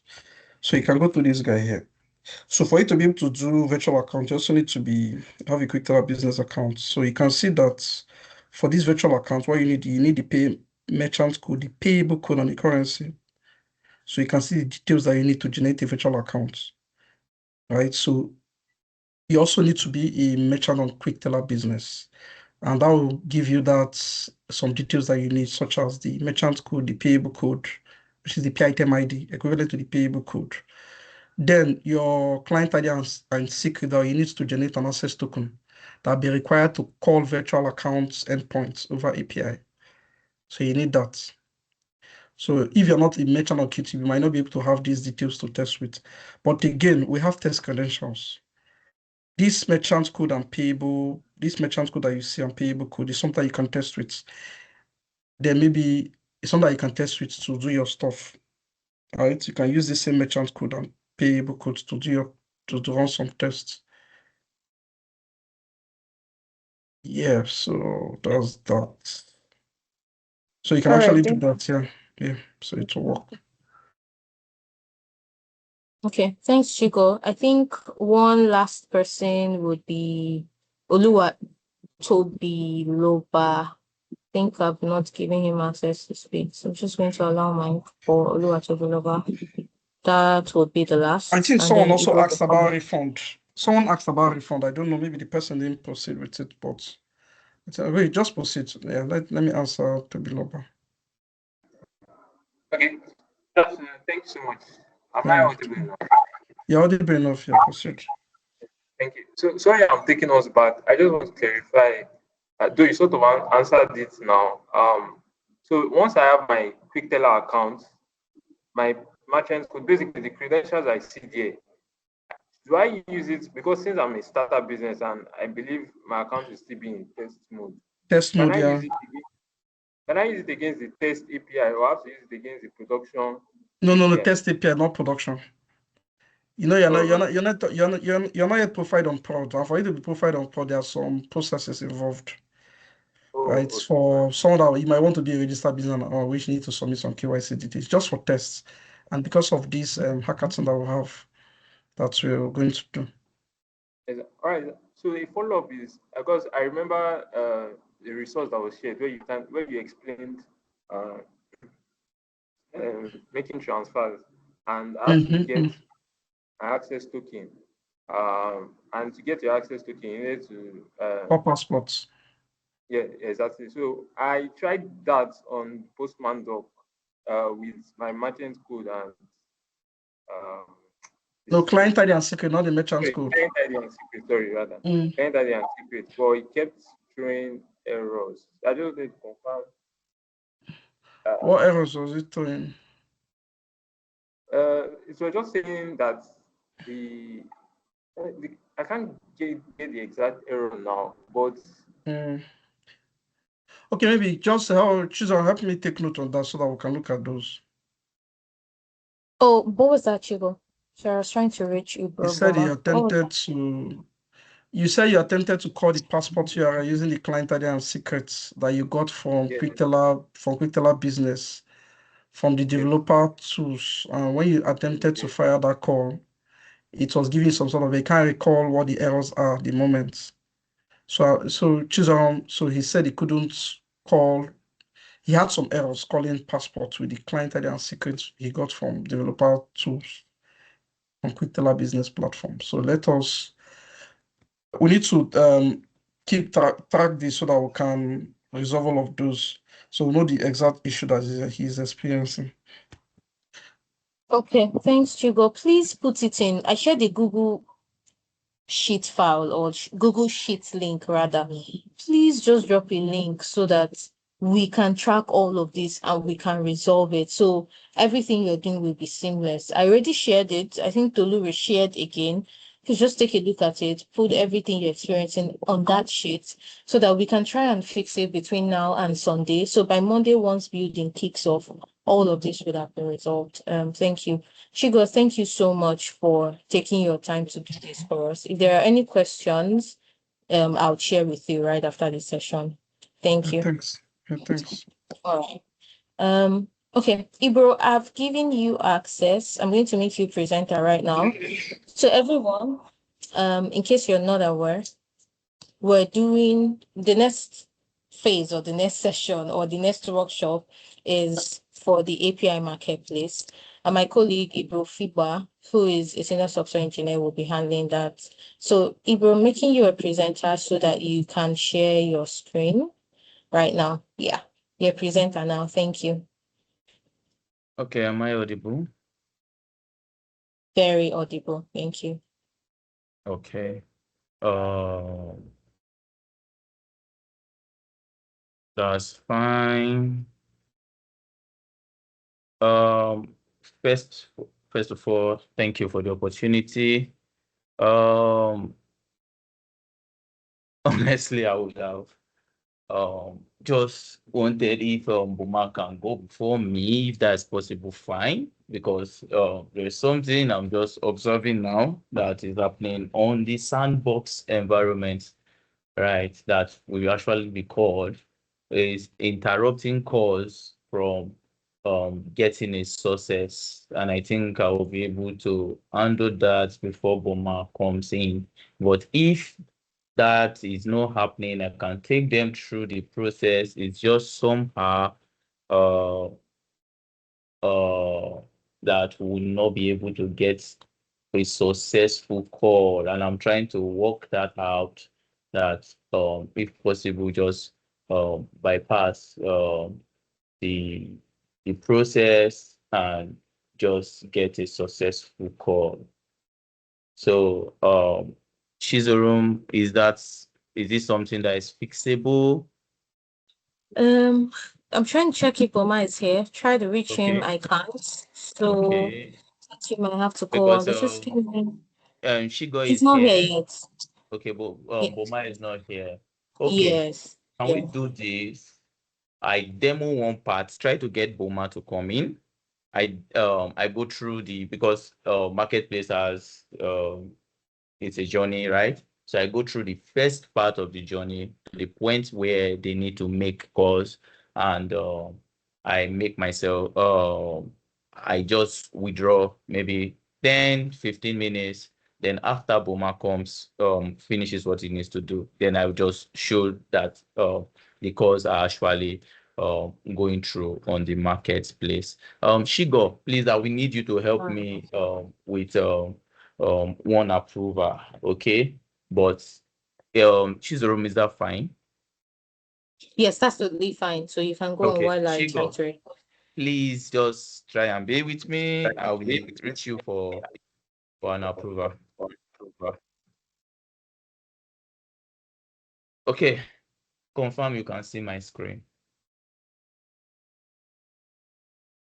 Sorry, Ibo, I Yes, didn't we get can. you. Sorry. Someone was I said calling me, so it was Oh, interrupted. sorry. I said that so there's an issue that is happening on the marketplace. It is with regard debiting of wallet on the UAT environment. Okay, so it's throwing Okay. an exception, and if you don't debit the wallet, you won't. It will just throw and it will give you continuous error. You cannot go through. Okay. So I've told Chizurum that I will demo the first part of the marketplace. Then I will go back, I will disable wallet on UAT and give you for approval. Then once that is done, then I can come back in to how will I put it? I can come back in to fix the how will I put it? To complete the demo. I don't know if you understand what I'm saying, Chigo. Okay, Yeah. no problem. Yeah. So I will demo the first part, then I will complete it just immediately after Boma finishes. By that time, I must have raised something for you. So hello everyone. I'm very sorry for the delay. Yeah, I just found out that something came up. We are actually upgrading our wallet, but for whatever reason, wallets, I'm not working on the sandbox right now. So it's going to actually affect all our sandbox calls, which I know that the team is actually or actively on. So I'll do something after this first session so that I'll come up on the second session and we can actually make those calls. So this is the marketplace. I think by now all of you must have registered. So if you've registered, this is what you should be saying. I created this account newly. Nothing has been done on it. I just registered, confirmed, verified my account, and all of those are working, right? So the marketplace is one of the easiest definition I like giving it is the Jumia for APIs, right? It may not be there right now. It may not have all the APIs that you need, but yeah, it has some good APIs. So it is Jumia for APIs. You can come here as long as you are registered, you have the rights approvals for your business. You should be able to pick up any APIs, and your wallet is funded. You should be able to make calls appropriately. So when you come into the marketplace, this is the first thing. Okay, let me go back to our So these are the APIs we have as of now. Let me come to view all. So we have different APIs like Chizurum was saying. We first of all tried to nail the identity API so you can verify TIN, you can verify driver's license, you can also verify bank. Okay, you can get your bank account verification, then anti-money laundering verification, both for business and individuals. You can verify one's physical address, BVN, NIN full details that comes in with the person's passport, signature, and all. Then you can raise short token OTPs, and it will be verified for you also. Facial comparison, compare two images together to know if those two images have the level of percentage match the two different images have. You can use this for your BVN or your NIN verification, where you want to confirm that the person standing before you right now is the person on the NIN. So probably you have a picture, the recent picture of the person, and you can check that against the image coming on or from the NIN, right? You can check different forms of CAC, and I can just click on them for you. So when you come in on our APIs, you'll see something there about, right? It does give you an overview of what this API does and all the different things that you should look at for calling this API. Then you come over here to pricing, and these are the pricing for each of the API. So you can, for a company, you can try to see who are the secretaries of those companies. It costs you 150 naira, and there is VAT added also. Then you can want to confirm who are the directors of that company. It costs you $250. Then you want to check, okay, this is just a basic one. Confirm the company. Oh, does the company exist? And you may want to also see the shareholders of those companies. Okay. Then, okay, let me go back to CAC. Where are you? Okay. Then on the endpoint part of things, right, we have this, how to actually navigate these APIs. Now, this is the CAC API. This is the first one, CAC lookup. This is the endpoints to call. You pass in the company name or the ROC number of that company, and you can see a query. You as developers, normally it's expected that the people that hit on this place are developers, so they should understand when they see query parameter, they know they are supposed to pass this as a query string. So you say that is this question mark here shows that, okay, there's a query on this URL, and what is it? The company name. And what do you pass there? You pass either the name of the company, the ROC number of the company, and all of those. You have a code snippet that you can just copy this and place on your Postman, and if you give you a simulation of those call, you have your success response. Oh, when the call is successful, what are you expecting to see? These are what you are expecting to see. When there is an issue, what are you expecting to see? Invalid payload, please check your request. This is a sample error, right? And it's like that for all our endpoints. So this API actually it has 4 different endpoints to call. And from the pricing, you've seen that, oh, when you want to call this costs about 16 naira. I think this costs about 250 naira. This costs about, yeah.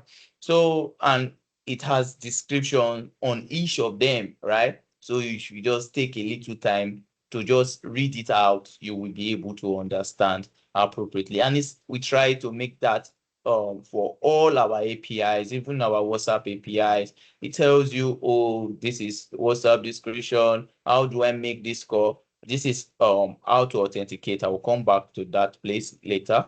How do I make this call? Oh, this is tries to explain everything about the WhatsApp call for you. This is a code snippet. If you come on the body parameter, what are the things that you pass? These are sample examples here. What is service? Because the body, these are the things you need to pass on your Postman body. You need to pass service, you need to pass phone number, you need to pass channel, you need to pass action, you need to pass code, and you have all of these. This is a sample request. This is a sample request. So if you copy this, you see that and put it on your Postman, you just see that, oh, you can make you can get this request straight out. But we're going to see all of this.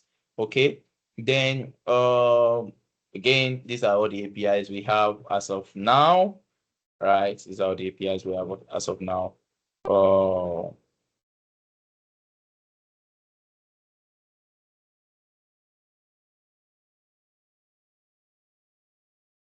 So you can just take a look at them. So under our payments APIs, I think we've exposed bills payments. Yeah.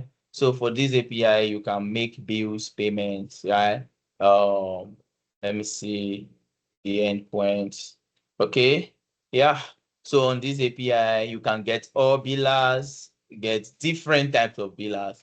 Aside airtime, and data, you can pay school fees, you can pay for WAEC, you can pay for JAM. As long as those billers are there, you get the billers payment ITEL. Then you can validate, oh, if you are paying for DSTV, you validate that, oh, the decoder number is this the decoder number I'm about to pay for. And you make your payment, and this endpoint you requery. So everything is explained here, as long as you can just take out time to read a little, right? So those are some of our complex APIs. One of the things in Marketplace, we try to make our APIs as simple as possible. And actually, all of these APIs, there's a version 2 coming up that is even going to be way simpler than all of this that we have right now. So there's actual development going on the team, trying to make user experience better. So the next thing I think we need to do will be to lock in. Okay, so right now, since we're on the we are going to work on the sandboard part of things, and I'm not going to go live on any endpoint. We can just create a project. But I'll come to this. If you want to go live and actually use these endpoints on production, that is actually make live calls, then you need to register your business. And you put in your business name, you select your business type. Is it a private? Is it an individual? Are you an individual? If you're an individual, then you have the things you need to fill.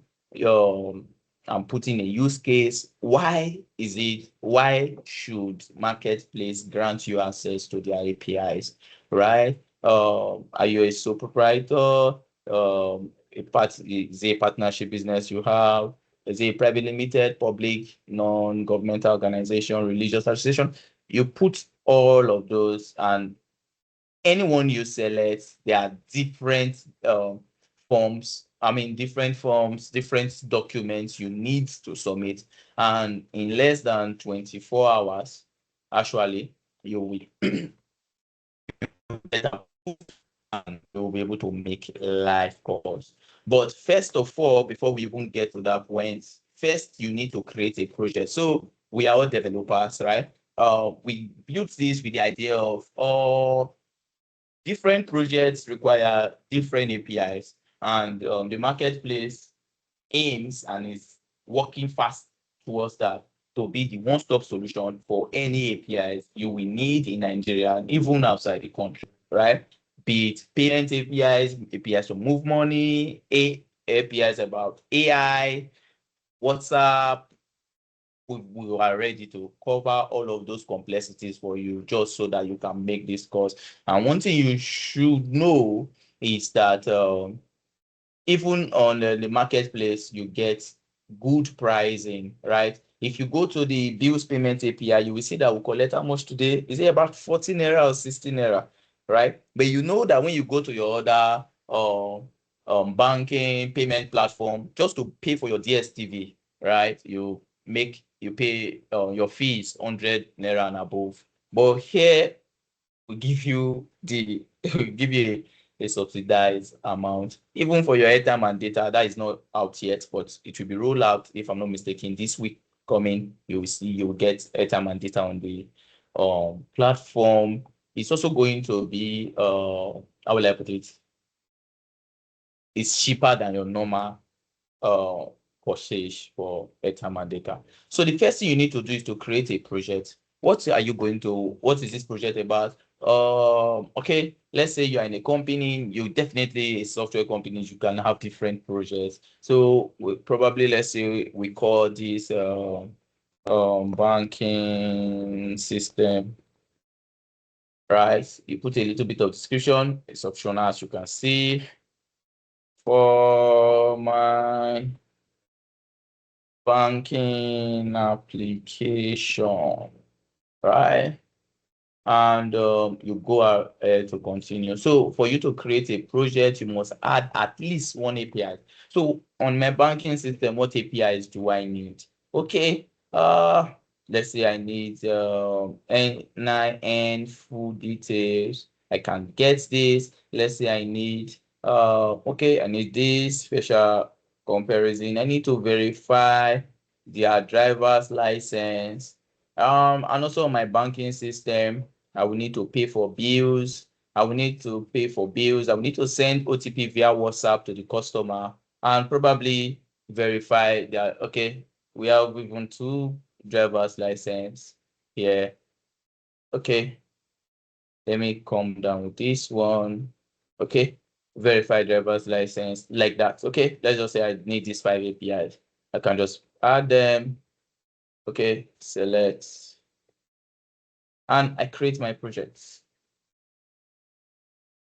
Now my project is created, and you see I have my banking system. That's what I named the project, and I have my description there. So when you have a project, the first thing you should look out for is your test credentials.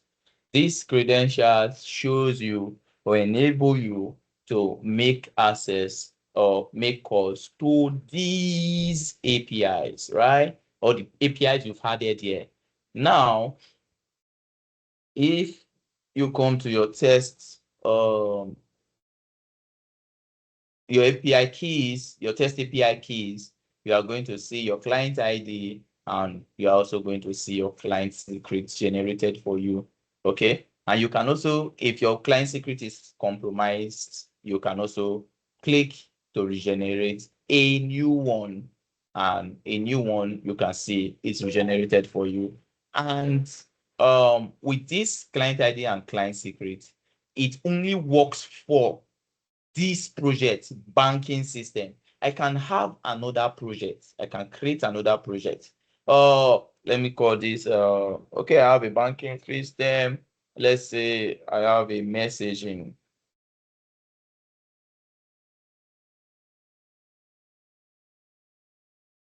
I have a messaging application that I want to make use of. For this, I just need WhatsApp. Then is there anything SMS here?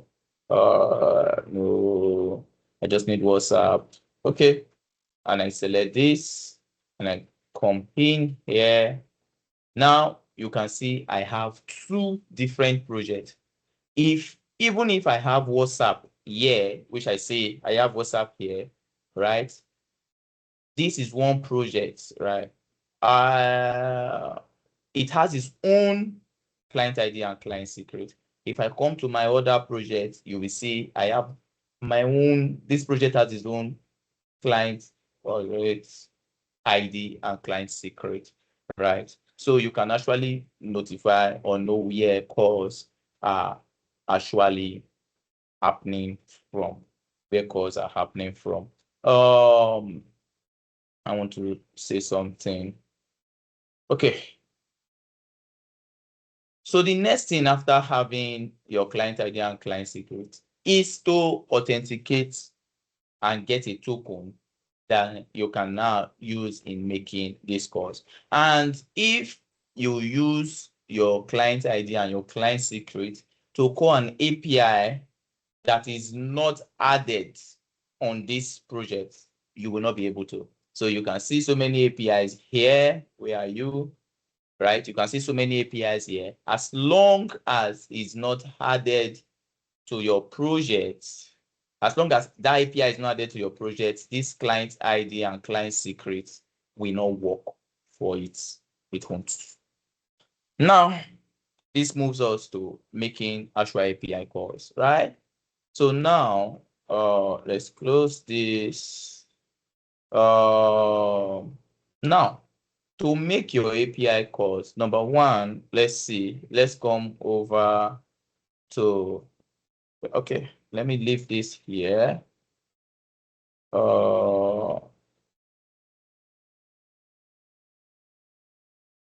Okay, let me leave this here. So to make your API calls, you need to authenticate and get your token like this. And it's a simple way. If you come here to, let's come to any of the APIs. Let's come to the endpoint. You will see that there is an authentication or authorization part of that endpoint that tells you the body. On your body, you need to pass in your profile, you need to pass in your client credentials, and also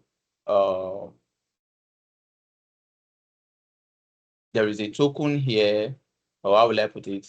There is a code snippet here, but I'm just going to show you. We are just going to do this from authenticate together. So this is what we just need to authenticate our client ID and client secret. And on version 2, you will not be able to, how will I put it? We will remove this complex way of logging in or getting your client ID and client secret. It should just be a more simplified way where you pass in your client ID, pass in your client secret, and you get your token. You don't need to come through this route. So this is the API to, this is the URL to call. Call me, let me see. If you come here, you'll see this is the URL to call when you want to authenticate. You're seeing it here, right? So I can just copy this and place it on my token here. As you can see, I already have that here. You place that here. Then the next thing you need to do, make sure you are on XWW form URL encoded, right? And you have your scope ready, and you have your clients, you have your grant type ready. So for your grant type, you just need to make it constant clients credentials. And for your scope, you just need to make it constant profile, right? And that is all. Then if you come to your authorization, this is where you just pass in. This is where you just pass in your client's ID and your client secret gotten for your project. So I can just copy this. This is my client's ID. I replace it with whatever I have here, Control A, Control V, and I come here. I can copy my secret and replace it with whatever I have here, right? And all I need to do is just to authenticate.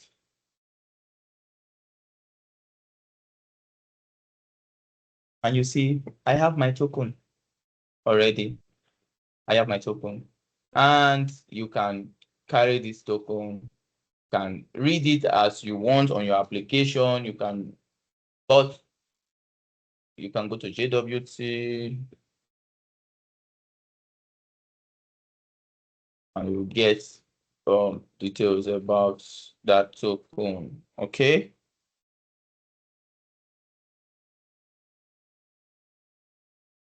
Oh, why is this taking time? Okay. Just wanted to check the token. You can read it. It's a JWT token. Now, the major thing is this.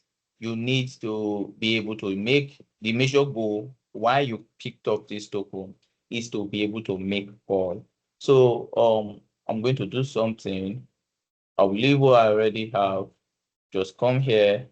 So let's form a request. Although I know that this call won't go because of that issue I mentioned at the beginning that I will try to undo, right? But I know that this call Hey, Bob. won't go. Yes. Yeah, one more. Yeah, before it proceeds. So someone is asking if the token expires. I said it expires.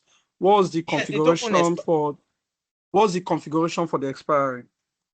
What's the configuration What's for the expiry duration for? Okay, Yeah, I think it's around 1 hour or so. I think it's around 1 hour. To be 1 hour. You see it on the token. You don't. Yeah, that's need what to I said. So me. I just wanted Yeah. to You explain see so that the person that So asked you the question see, will know. this is in. So when you check I the, I see the expiration, how long it takes for the token to expire. Exactly. Thank you, Shigo. I think that was why I wanted to even compare.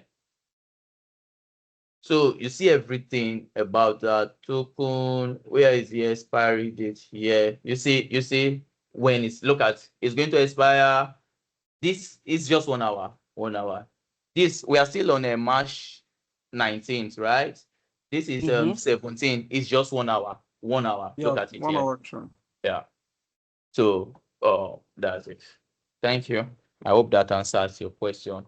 So I want us to just get I want us to just be able to, don't mind my postman collection. I did not close anything here, right? So don't worry. Okay. So what's the first thing I need to do? I want to form a request from whatever it is that we have here. We are you. Is this it? Okay. Let's say I want to make a call to this. I have my token already. I want to make a call to this. NIM full details. I'll come to endpoint, right? And on this, I'm going to see this. First of all, I can't just copy this. Copy this. Copy this. Come to my postman and paste it here. And I have my request already. All that I need to then do, because we will not give you a valid token on that request. All you need to do is to make this a bearer token, and you just pass what you got from your authentication just now. This was what we authenticated. I can just do this again. What you got from your authentication just now, you just make use of it, and you should be able to make your calls already. It's as simple as that already. So sorry, I'm trying to get to the last. Oh, God help me. I cannot just close any of these. And if you are actively developing, you will know that Postman goes on break every 2 seconds, right? So you put your token here. You already have your body. You already have your body. You have everything set for you. The URL is there already by just copying that. And you make this call. Like I said, you are going to have an error, which I will fix and come back. So you can see user wallet not found. You can see there's an issue with the wallet, well, whatever it is. Like I told you guys already, they are trying to fix that. So aside this wallet issue, it's supposing it wasn't there, I will get a success on this call. Right. I will get a success on this call. And again, this is a test environment. If I pass anything other than this here, I think I should have a failure. I will have a failure rather, right? And this is what I will get when it's successful. And this is things like this: validation error, length must be 16 characters long, virtual NIN. So yeah, like that. So this is just the easiest way. But if I don't want to go through that way I just went through, you can still come here. You check your URL. This is your URL here. Where's my base URL? Let me see. Okay. Anyway, you can get your base URL from the snippet, right? You can get your base URL from the snippet. I think when you click on these two, I don't want to just go through that Postman. When you click on that button too, it will take you to Postman. You pull, then you get, look at it here. So this is it, verify NIN. This is also on Postman, right? This is that button, right? So this, you also get your call. You get your call here, right? But I think this also requires a little bit of update. You know, Postman have updated a lot recently, right? So we have that. So to form this, all I need to do, check, what do they ask me to pass? They ask me to pass ID here, right? And they explained what is ID. Provide the 11 digits number of the BVN. Oh, this is supposed to be an NIN, right? We'll check this. Of the NIN to be verified, right? To be verified. So all you need to do, if you come back to our Postman, you see I'm passing ID here. This ID represents my BVN. Sorry, my NIN, because this is for NIN. This ID represents my NIN, and I pass what is asked to be passed there, and I make my call, and I get my success. It's as simple as that. If you choose any of those complex URLs, that was why I showed CAC. That's one of our complex URL, and bills payment. If you choose them, it's still as simple as that. First of all, for each of the calls, there is already a code snippet for you just to copy and paste for each of them, right? And you have a detailed description telling you what this call is. And now you're saying that on each of these CSC calls, we don't have a post request. Definitely, you are seeing the request here. This is a get request. And you don't need to pass anything on the body. You just need to pass something as a query parameter. So I can just copy this right now. I don't have CSC on this NI on this, but let's see what happens with this my token. I do have CAC there. Let me go with this, my token, same. So I don't copy my token again. I paste this. Now, this is a CAC call. Watch what you will see. Forbidden. I don't have access. Okay. What did I do? Okay. This is my company. What did I do? I've done something wrong. Okay. Biera token. For whatever reason, this is not carrying. Let me see if this is my token. If it's valid, it will tell me. Oh, okay, it's valid. You see what is here? Access denied. You don't have permission to access this resource simply because I don't have CAC as part of the project I'm using. The project client ID and client secret I'm using. CAC is not here. So for this client ID and client secrets that I have here, I can only make 5 calls. NIN full details, facial comparison, driver license, bills payment, and WhatsApp call. Right? So it's as simple as that.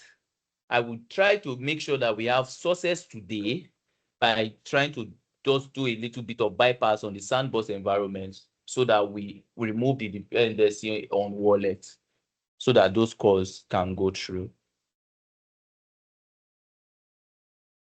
So I don't know if anybody has question, if it's explanatory enough, or you need me to break something down separately.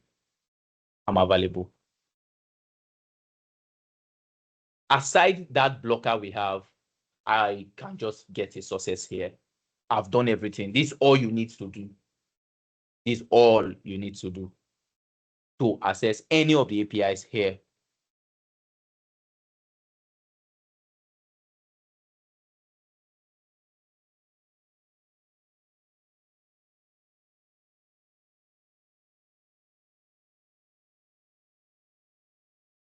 If someone is asking, how do you complete payment on the B payment API? How do you So the completion leg. So the completion leg, yeah. The completion leg, again, our biz payment API, there is no completion leg, right? On UAT. First of all, you get the billers. Next, you get the biller item to know what. So let's look at the response that this gives to you. You get the billers, right? These are giving you different kind of bills. You just have to read it. This is just a snippet. Betting, lottery, DSTV, Eco, Ikeja Electric, Ibadan Electric. You can pay for any of all of those things. They are going to come here. You are going to get them here. Then you specify by getting the biller item. Now you've narrowed down. You pass in the biller ID. Again, you just have to try and read a little just to understand. We tried our best to explain here, although it will be better, but we tried our best to explain here what you need to do. So you get the biller item. So for this example, the biller ID we are looking at is 5220. That biller ID is gotten from this first call here. Now, on that biller ID, you try to get the payment item. When you check, now look at the things that we are paying for here. First fruits. So I don't even know what is this biller doing. I think it's a church biller. Love offering, sacrifice. I think this is Christ Embassy, right?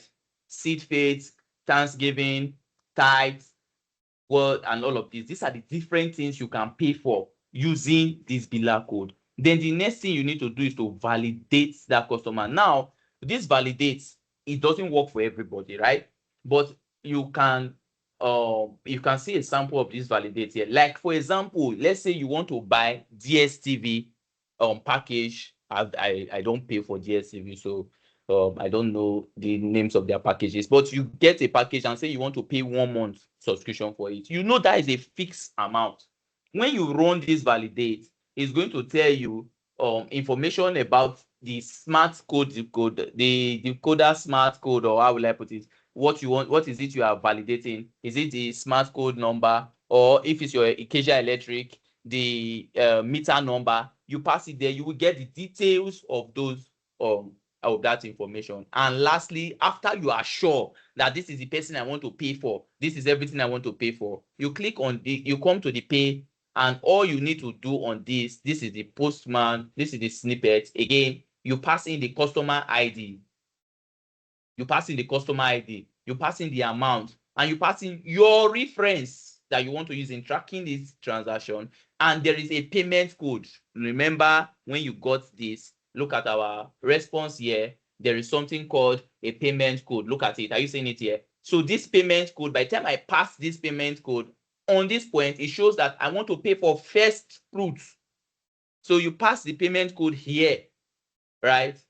You pass the payment code here, and then come back to the snippet. You pass in the payment code here. You pass in your reference, your unique reference you want to use in tracking this transaction, the amount you need to pay, and the customer ID. Is it the meter number you are paying for? Is it the DSCV decoder number? Is it the phone number you want to buy data for? Is it the account number you want to move money to, or whatever it is you are paying for? Is it your sporty bet ID? Whatever it is you are paying for, that is your customer ID. And at the end of the day, you click on this payment and you will get a response.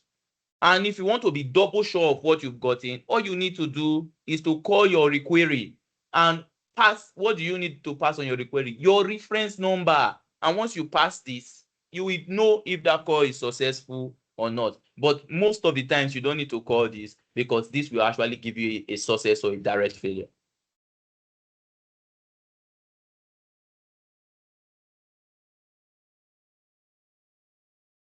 I don't know if you get what I'm saying.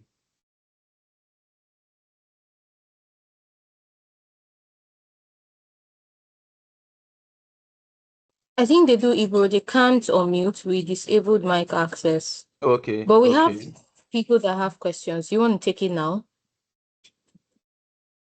So somebody said, I do. So, okay, Chigo is answering to the person. Okay, Chigozie, thank you. No, I'm asking some of the questions asked.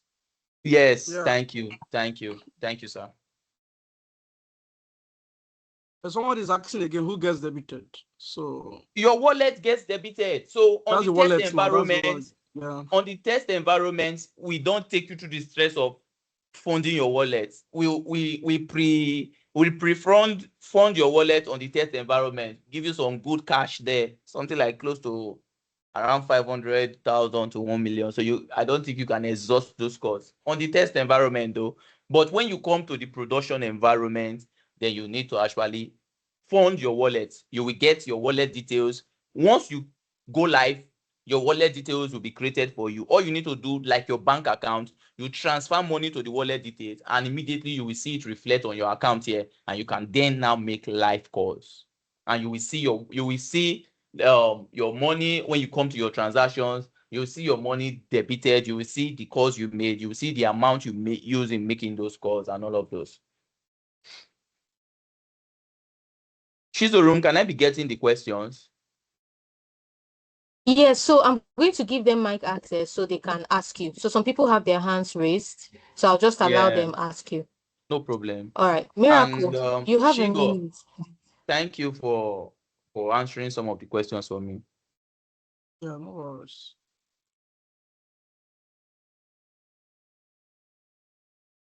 All right, Miracle, can you ask? You have mic access, please. If you're not ready, we'll go to the next person. Okay. Dev, So you're up next. Miracle is not answering. Somebody asks here, how does the transfer money API work? So the transfer money simply works from, you can put in your bank, there's something called payouts. I think it's here. Let me show you. There's something called payout. We have that API today. Where are you? Payout.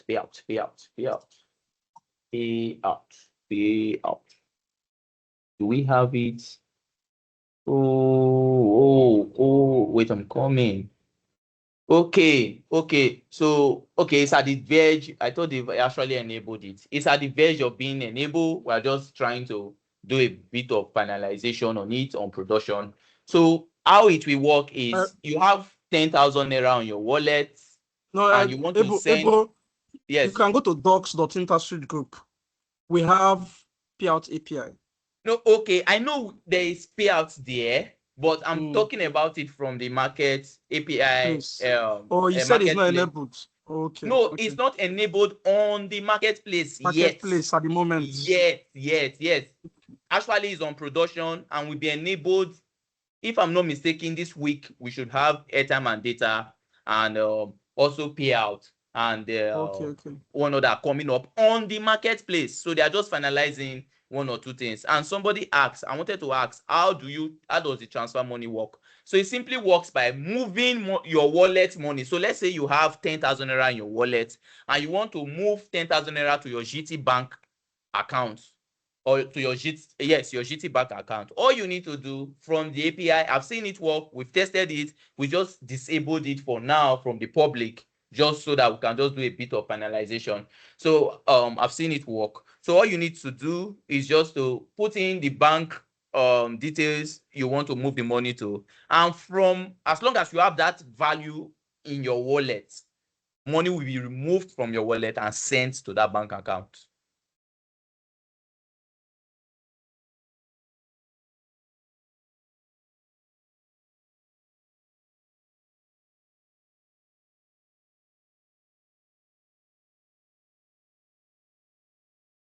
Ibro, are you here? Chigo, can you hear me? It seems like Ibro. I can hear you. Oh, I okay. can hear. I heard Igbo. Miracle's hand is up. I think she wanted to ask. Okay. Let me give her mic access. Miracle, you have mic access now.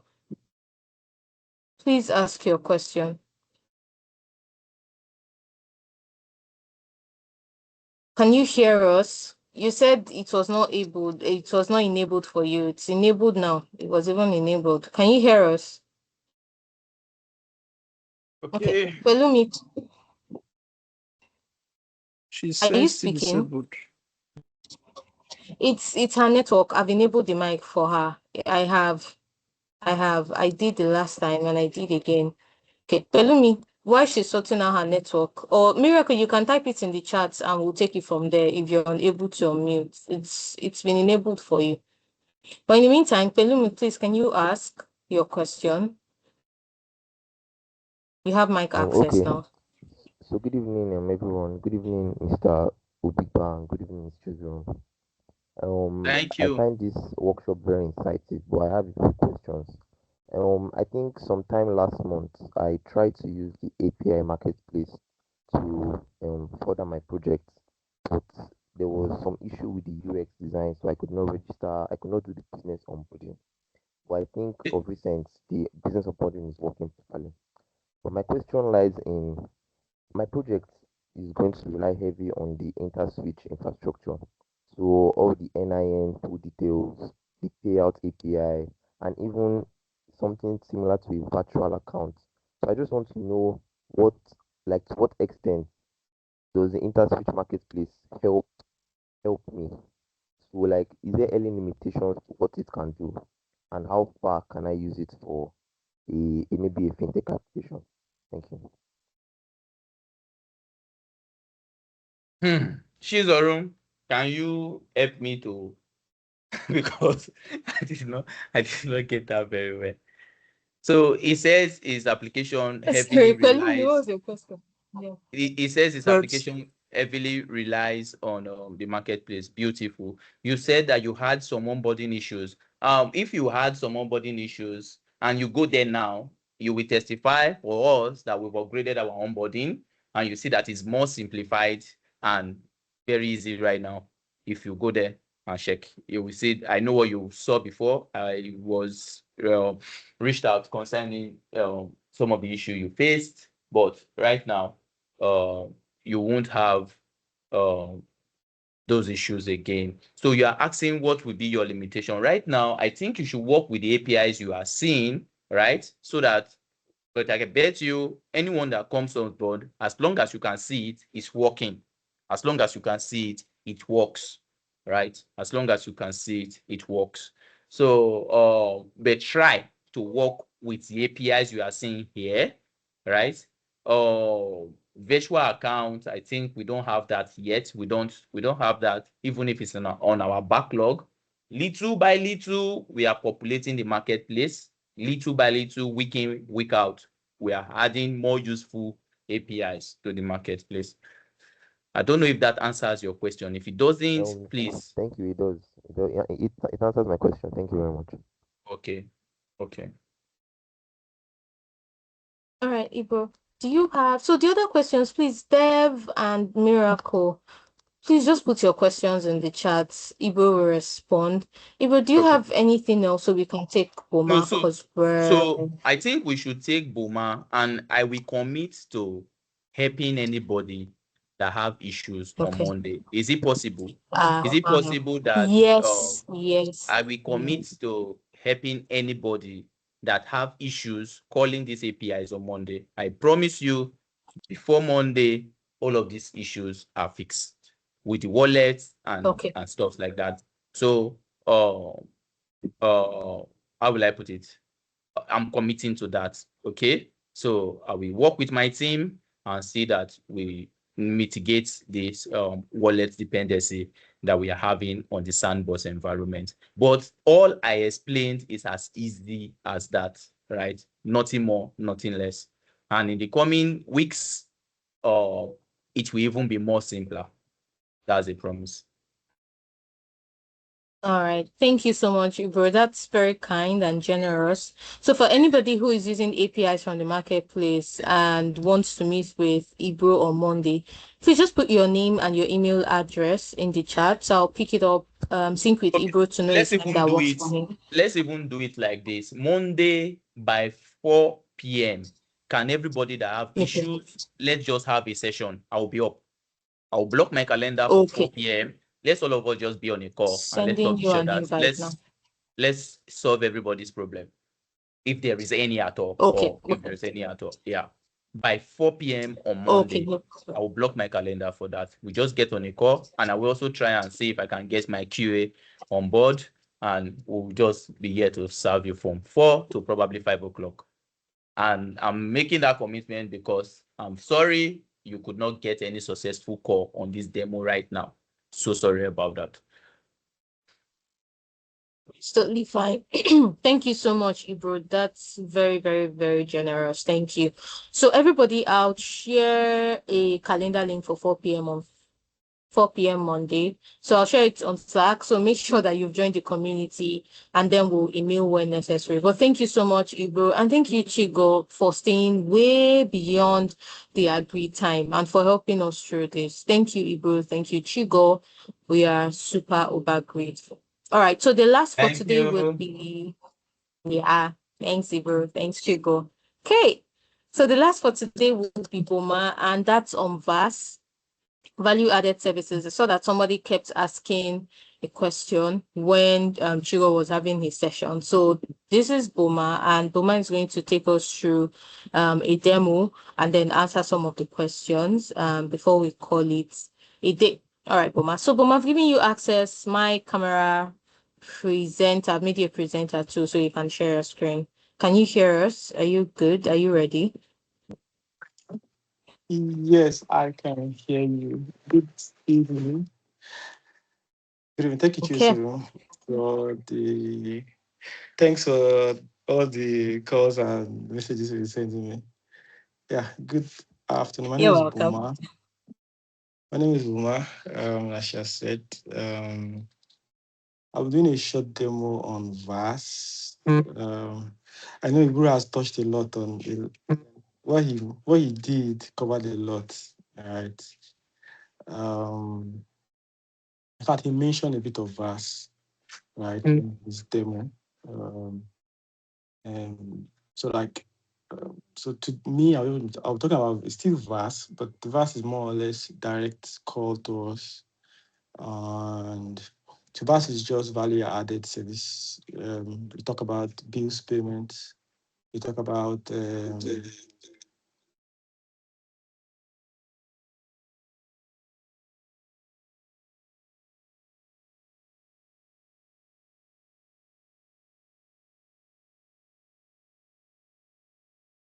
Chizurum, enable my. I joined again. Enable my other user. Did you hear me? Hello, Chizurum. Sorry, what did you say, Boma? Enable my other user. user. What did you say? Yeah, I joined on another device. Enable my other user for Your one. other what? I joined with Okay. another device. Just a minute. Enable it. Yeah. I want to use that. That's my laptop. And yes, enable Okay. it. Okay. On the needs, right? Should I make you presenter too for that? Yes, please. That's where I need it. Okay, all done now. Okay, thank you. Let me switch to that device.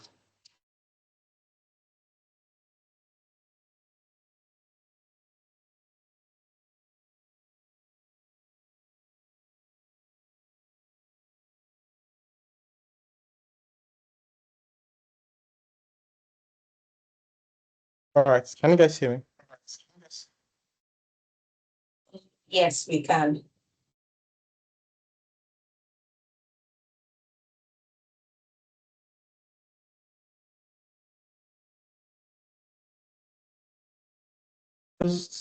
I'll just be very direct on the demo. All right. Sorry, So I'm sharing my sure. screen now.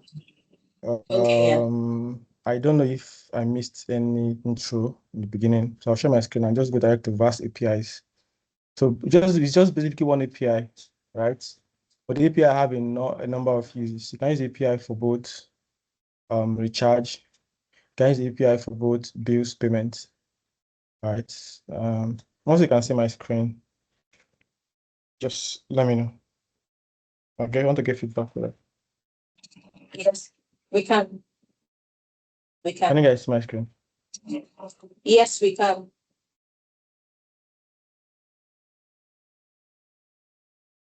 Okay. So the first, I don't know if you guys, if we touched on how to generate token. I believe you touched on that. Hello? I think he did. Yeah. Can you guys comment in the chat if he did? I don't want to go Or over with maybe, that. if you don't mind, maybe you can start from there. I don't think it would hurt Okay. to have that again, even if he Okay. did. Okay. That's good. So to generate token is quite easy. You need your client's ID and client secrets. I heard him mentioning about client ID and secret, so that's why I was fairly confident that he touched on that. Right. So you just when you get a client ID and client secrets, there is usually documentation that represents that. So you need this here. This header carries the client secrets. This carries the client's ID. Right. You just generate it to put information. So once you've gotten your token, right? Like all token, for all bearer token, you just get a copy of your token and use it directly on the VAS API. VAS, copy that. Then on VAS platforms, right? Like I mentioned, it's just basically for bills payment. Bills means your electricity payments, um your DSTV cable, some school fees payments is also there for JAM to use it for JAM registration. So if you have JAM, if you are trying to generate JAM pin, right? You also use it during JAM, right? There are a number of them. Maybe I'll just show you a few for the sake of this demo. I'll get you a few. So I need to paste my token.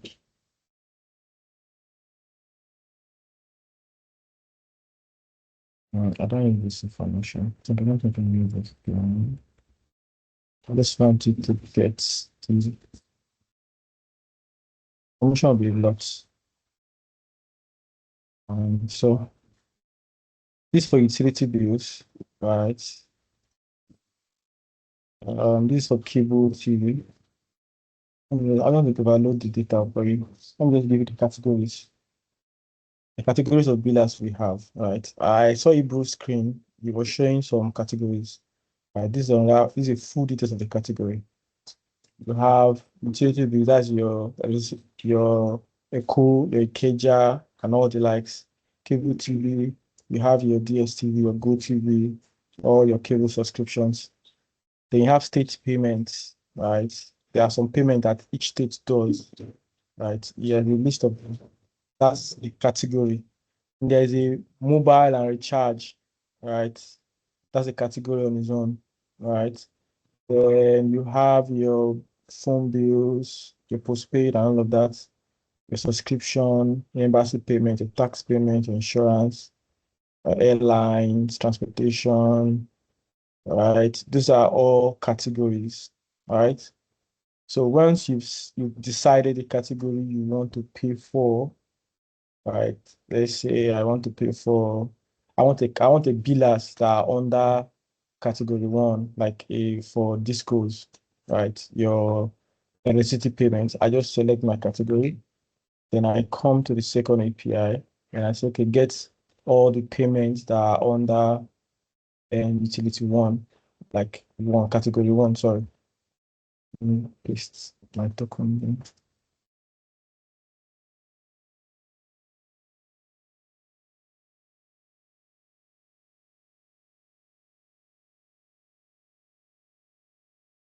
So there are 40. These are development environments. So there are 41 for just utility payments. There are 41 billers under utility. So I want to select the ones that I have a customer details for. So this is Abuja, right? For Abuja Disco, like Abuja electricity payment. So if I select this biller and I start to get the payments for this biller, for every disco, for every hello, my screen. Sorry, my screen just went. For every utility bill like PHCN or Echo, you have postpaid and prepaid, right? So depending on the category your meter fall under. So if you copy the biller ID, which is here, and you come and say, okay, what can I pay for under that biller? What does that biller offer me, right? That's what this get payment item API does for you. So when you come here, so you paste the biller ID. Let me put my token. I think I lost it.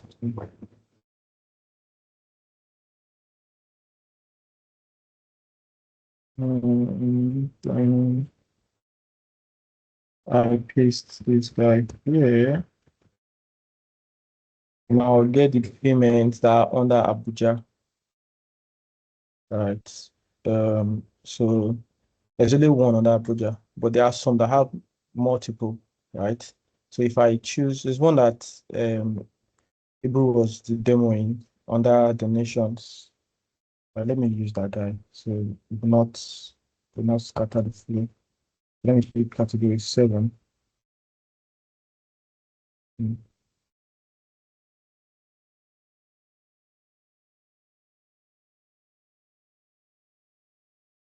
Not to pick category 7. So you become familiar with process. I pick category 7. I want to do this for donation, like church payments. So people use Church of God Mission. So I want to show you that there's a possibility that one biller can have more than one payment that biller can do. And I come here and paste it. All right. So I see a number of payments here, right? The first one is for first fruits, right? The name is first fruits. I can pay for first fruits, just like a church. For example, your church is a biller on our system, and your church have different payment items you can do. So say you have first fruits for a church, you have love offering, like normal or regular offerings. Then you have church can say, okay, I want a category for sacrifice. Church, like church sacrifice when you're for church, then seed for seed faith, then there's one for Thanksgiving, And there's another one for tithes, all right? There's another one for word seed partners. So this just to tell you that a particular biller can have more than one item they want you to pay for, right? Right. So once you decided on what you want to pay for, say, okay, I want to pay for, say, tithes. Let me use tithes, for example.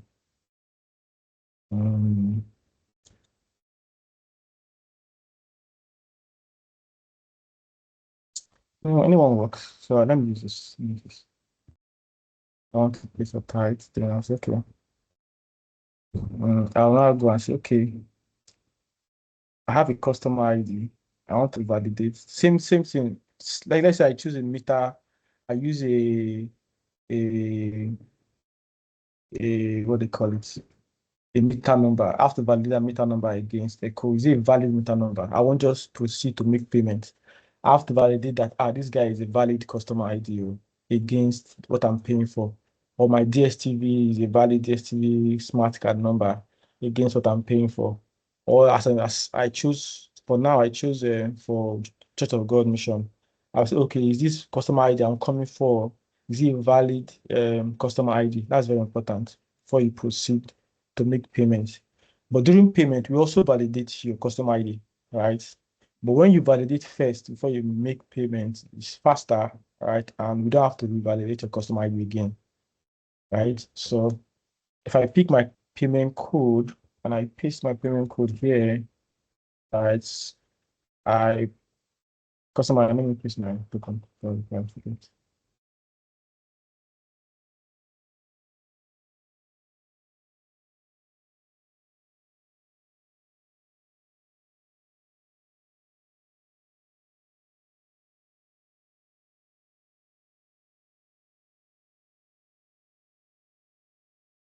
I want to validate my customer ID against a payment item, right? I call the validate endpoint and it tells me a detailed information about how I'll proceed to make a payment, right? So it tells me, you see a tag that says with details. This with details give me, if I comment this out from my postman, I say, okay, I don't want all this jargon. So if I send me, I just want basic information. It just gives you what you need. Right? You reduce the amount of information it comes out with. Right? Just basic information. So what I want to point attention to is two important things, right? The amount, right? This amount is very, very important, right? Amount type is also very, very important. You can see that amount type description says biller requires a minimum of zero amount or more, right? Depending on the biller, that amount can change, right? And the amount type will tell you how you handle such cases, right? Say, for example, the amount is 100 naira or 600 naira, for example, right? The API will tell you that you cannot pay, the amount type is 1, you can tell you that I cannot pay less than 600 naira. So you can pay like 701 naira, 703 naira, 100, 600, 700 naira, 800 naira, and upward. So it gives you a picture of how you handle your amount in your application, right? Right. It's dynamic. And you have to put that in mind. It's very, very dynamic. So depending on the biller determines a whole lot how you will handle a particular biller. So once you validate your customer, you cannot proceed to say, okay, I'm sure that this customer is valid. I know how much the biller is expecting from me, right? I know that the biller says I cannot pay less than so amount, right? And with that information, I'll now press, okay, I can pay 10 naira because the biller says minimum amount is 0 naira, right? I can pay 10 naira, 0 naira, I can pay 10 naira. So depending on what the biller advises you to pay, like for your disco, they don't allow less than 500. Depend on the utility company. They don't allow, some of them don't allow less than 500 naira. You can't buy 500 naira token. You see nothing less than 500 naira. Some say 1,000 naira, right? Depending on what the biller specifies. So it's actually very dynamic. So you have to pay attention to that, right? So I want to proceed to payments, right?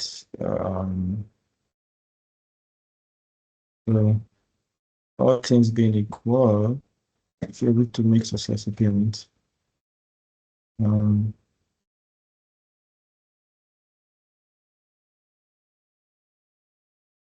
So okay.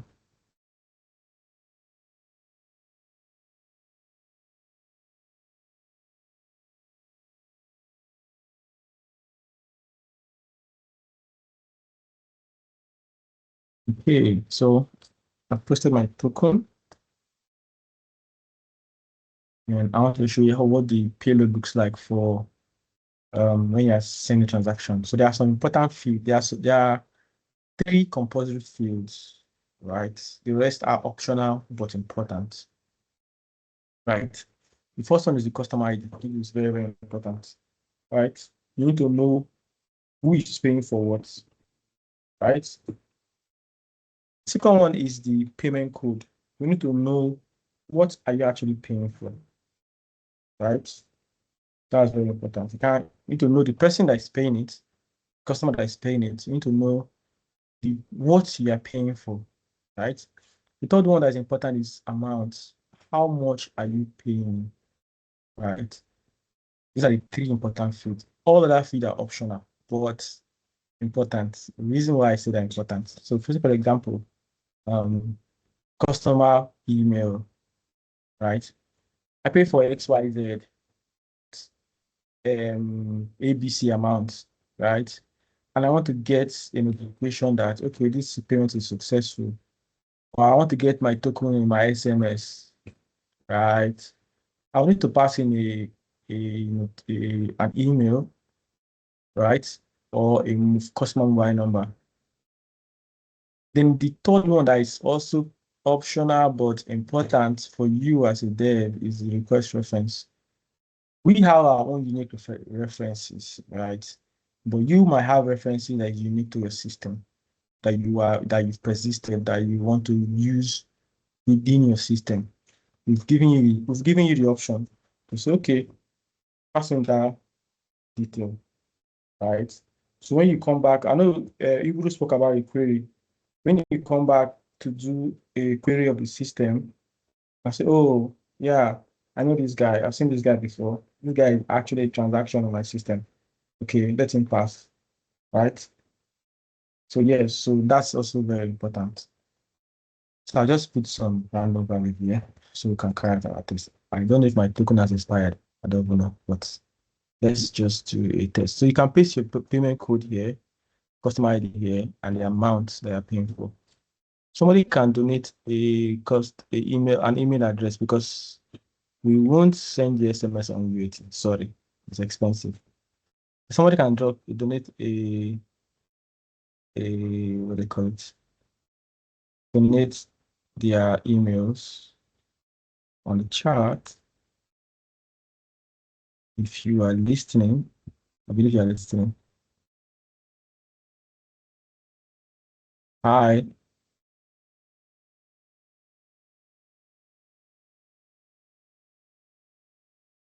Go ahead, Boma. Okay. Okay. I'm trying to see feedback from the chat. Oh, okay. Okay. Do you want to take 1 or 2 questions before you continue? Yes, please, questions. I hope I've not overloaded the Okay, so someone is asking, I'm curious about the value-added services. How can my users recharge airtime, for example? Please briefly explain the flow. Okay. Okay. So the flow is still the same. I don't know if the person has been following what I've been saying. So the flow is pretty the same, right? For recharge, there's a category for recharge. I don't know if you heard me mention it. It's a category for a charge. So I'm trying to get the category for a charge. So you see the same flow. The category for a charge is 4, right? So this API gives you access to both recharge, your airtime, your data, and all of that is subscription for your data. And also give you options for other kinds of billers. So, but they all follow the same flow, right? But for airtime, the validation is not really very strict because the numbers are not people put their numbers, right? They may look like a blue number, but it's usually sometimes they put it to an Airtel number. So if you validate it against a blue number, it won't it's irrelevant, kind of, right? So, but the flow remains the same. You get your category 4, you get the billers under that category. Let me give an example. Let me show an example. Category 4, let me get the billers under category 4, which is for mobile recharge. So just for category 4 is you get the billers. When I say billers, I mean what you want, what you are paying for your Airtel, your MTN, your Glo, your Etisalat, all on the likes, right? When you get what you're paying for, say for example, I don't digress from the flow, right? But it's still the same flow. I came through the categories, I came through the billers, I came through the payment items, right? I've done validation, but for recharge, validation is not so strict. It's not so strict, right? But for other billers, validation is strict.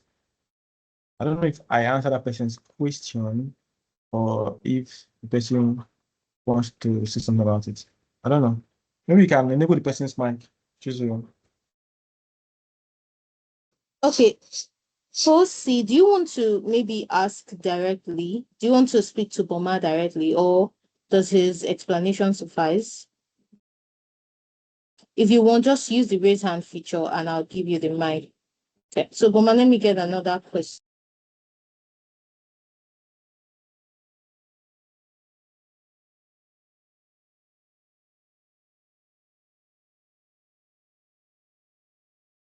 Okay, I'm just looking for VAS related questions for you. Okay, I think that's all for VAS. I don't know. Does anybody else have a question before we go? You can use the raise hand feature. Okay, there's none, Boma. There's no other question. Okay. Let's just try to make a payment. That's like the last leg of the process.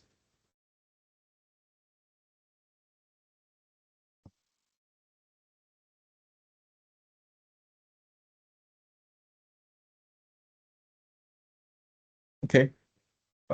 This is a payment for a utility, a disco like your Echo, like your Ikeja, your meter payment. So if you look at this is the response that has a lot of information.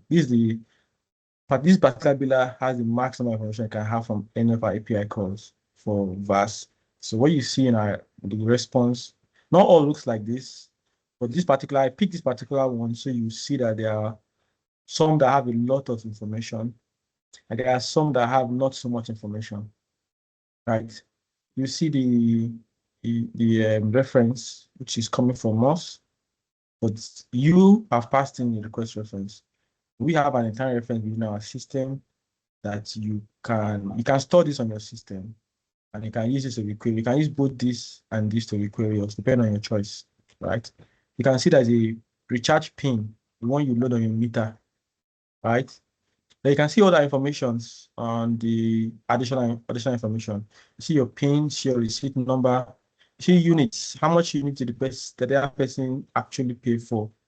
The 2,500 person pay for fetching 555.9 units, right? You can see invoice, you can see meter number, you can see tax, you can see total, you can see token, So all this scarcity address. So usually when you go and do your verification of your bank information, you say, okay, give us a valid receipt for your house address and all of that. So when you pay with our system, we respond with an address, and you can tie that to, you can use it for utility payments, right, as a receipt. So yeah, this one contains a lot of information, but not all API calls, not all billers return this amount of information. So if I pick the one I use, sort of automation, if I pick 5220 52005, you see that information is not as much as the utility, right? So if I pick that, this one is going to shortly.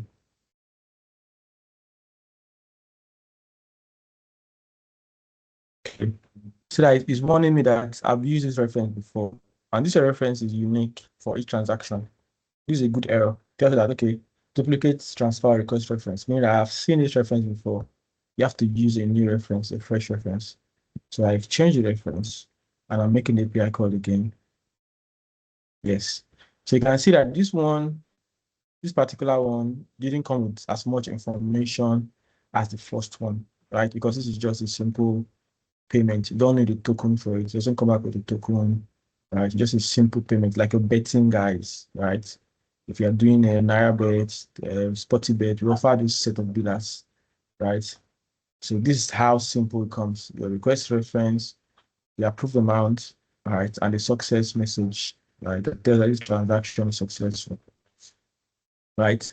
So that's how simple it is, right? You get your category. Let me retrieve total. Let me go back to what I've spoken. Get your category. What category are you paying for? Are you doing recharge? Are you doing a state payment? Are you doing donation? Are you doing subscription? Are you doing cable? Whatever you're doing, that's a category. Okay, this category, what are the billers do we offer for this category? Right? You come and say, okay, what are the billers um I put this thing before category 4, which is recharge and mobile recharge.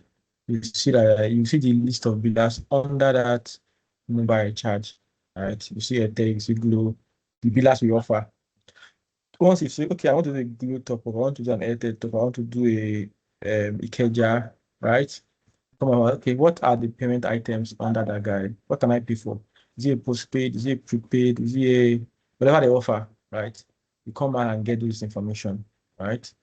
Then you pick one of them, right? For this case is for a church. I want to do love offering. I want to do first fruit. I want to do tithes. I want to do sacrifice. Whatever I want to do for. Then you come and say, okay, my customer ID, let me validate against it, right? You come and say, okay, this is customer information. What do you have under that customer? Is it a valid customer? Is it an invalid customer? You come and say, okay, I'll do the customer relation. Once you're done with that, you go forward and do your payment. So that's as simple as it gets. Please questions. I know I've spoken a lot. I don't know if anybody has any questions.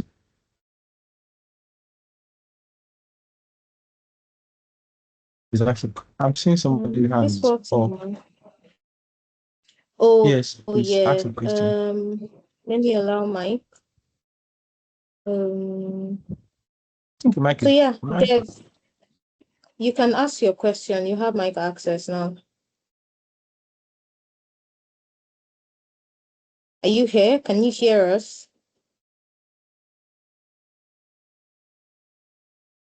Yeah. So, Mama, I don't think this person can hear us. So, if they have further questions beyond this, I can always share it with you after.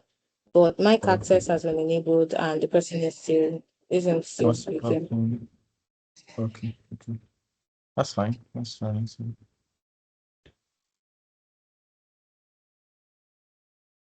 Okay. So, do you want to wrap up now? Yeah. I'm actually done. I'm actually done. Okay. So I've successfully made payment.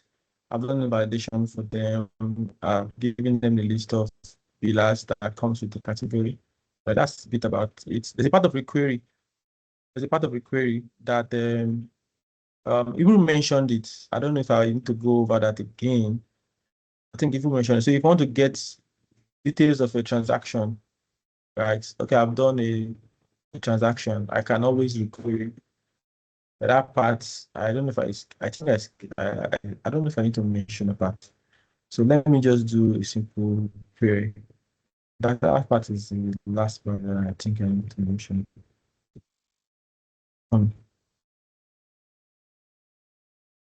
Reach the same.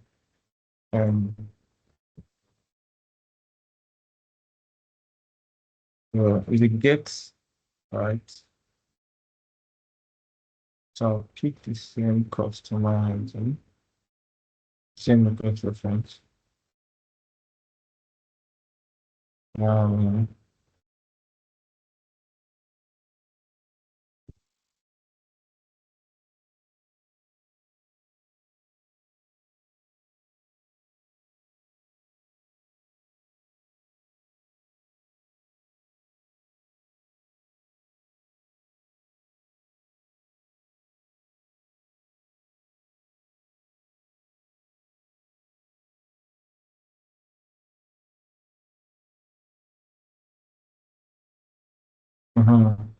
So it just gives you more details about the info of your transaction, and if your transaction is pending, you can also come back and requery to get final status.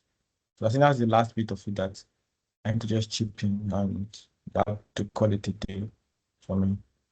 I choose you can back to you. Okay. All right. Thank you, Boma. Really, thank you. I think Ibro still here. Thank you, Ibro. Ibro, I don't know, do you want to take the last part or can we now take that on Monday?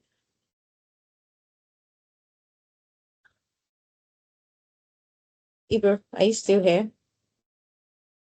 Okay. So I can't reach Ibro, and for everybody that has stayed till the end, thank you. This has been 2 hours worth, workshop, and I know that we've stayed past our time. So I'm going to share the Slack link again before the call ends, and then the link to share the issues you've had, bugs, recommendations, and all of that once again. We want every team to share feedback and recommendation with us. And then lastly, the recording will be available by Monday. So this is just to give us time to edit out some noise, some issues before we upload it on YouTube. And once it's uploaded, we'll definitely let everybody know. So before we go, thank you so much once again, Boma, for making time. I know it's a holiday, it's not a working day, yet you, Chigo, and Ibro made our time to do this with us. And I know, Boma, you were on the road, and that's why you couldn't join in the time. So thank you for pulling on stops to ensure that you're still here for this workshop today. I think that will be all. Thank you so much, everybody, once again. And we'll keep in touch. Please join the Slack community. Registration ends tomorrow, building starts on Monday. And the essence of joining the community is so that you can get support from our support team if you run into any issues while building. That'll be all for today. Before I end the meeting, I'm just going to share the links in the chats again and we'll say bye. So bye for now and see you all physically on the demo day. I'm absolutely looking forward to it. One very, very, very last thing is always refer to the website. There are questions that have been asked that are simply on the website, and that's why I didn't attend to them. It's important that you're mandated to build in, submission rules, judging criteria, timeline, so that you're not late, your submission is not late, and then you say you didn't know, nobody told you, and all of that stuff. Every information you need for the hackathon is on the website, and then it's also recommended that you join the community so we can help you should you have issues. And then the questions on demo day is physical. The only people that we're giving exceptions to are people from communities that are, let me use the word, virtually global. So communities like Anambra Techies, GDG Enugu, and then communities, people that are coming from communities that aren't exactly Lagos focused. For every other person, you have to be there physically for the demo day if your team is among the first 10. We already stated on the website also that if you're not there, it's a disqualification. So we'll only give room for people to send in their pitches from communities in Imo State, Enugu State, Anambra State. Every other person has to be there physically for the demo day. Any other information you need, once again, is on the website. I'm just going to reshare before we go. Thank you, everybody. And thank you once again, Boma. We are super duper grateful. Thank you, Ibro. And Ibro also said that if you have issues or specific questions you want to ask about the API marketplace, he will be available on Monday at 4 p.m. To meet with everybody who would want to meet with him. So I'll also share a link before Monday, just so you can have it on your calendar for the meeting with Ibro specifically, not another workshop. This is just Ibro-centric, if I'm going to put it that way. So if you're not using APIs from the API marketplace, it means that you don't have to join. Right? It's just for people that are using APIs from the marketplace and have questions or have issues and they want to walk through it or resolve it with Ibro in real time. So I'm going to also share that link. But every other thing I'll share right now in the comments. Thank you, everybody. And see you when we see you. Bye.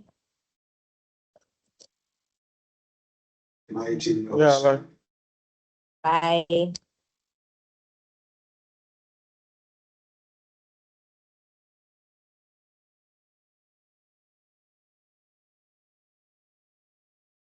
Yeah, so the links have been pinned to the chat, so you can always access it.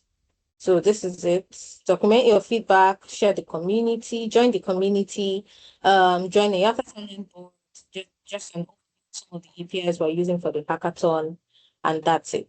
I'll be ending the meeting now. So enjoy the rest of your holidays and happy building from next week. Bye, everybody.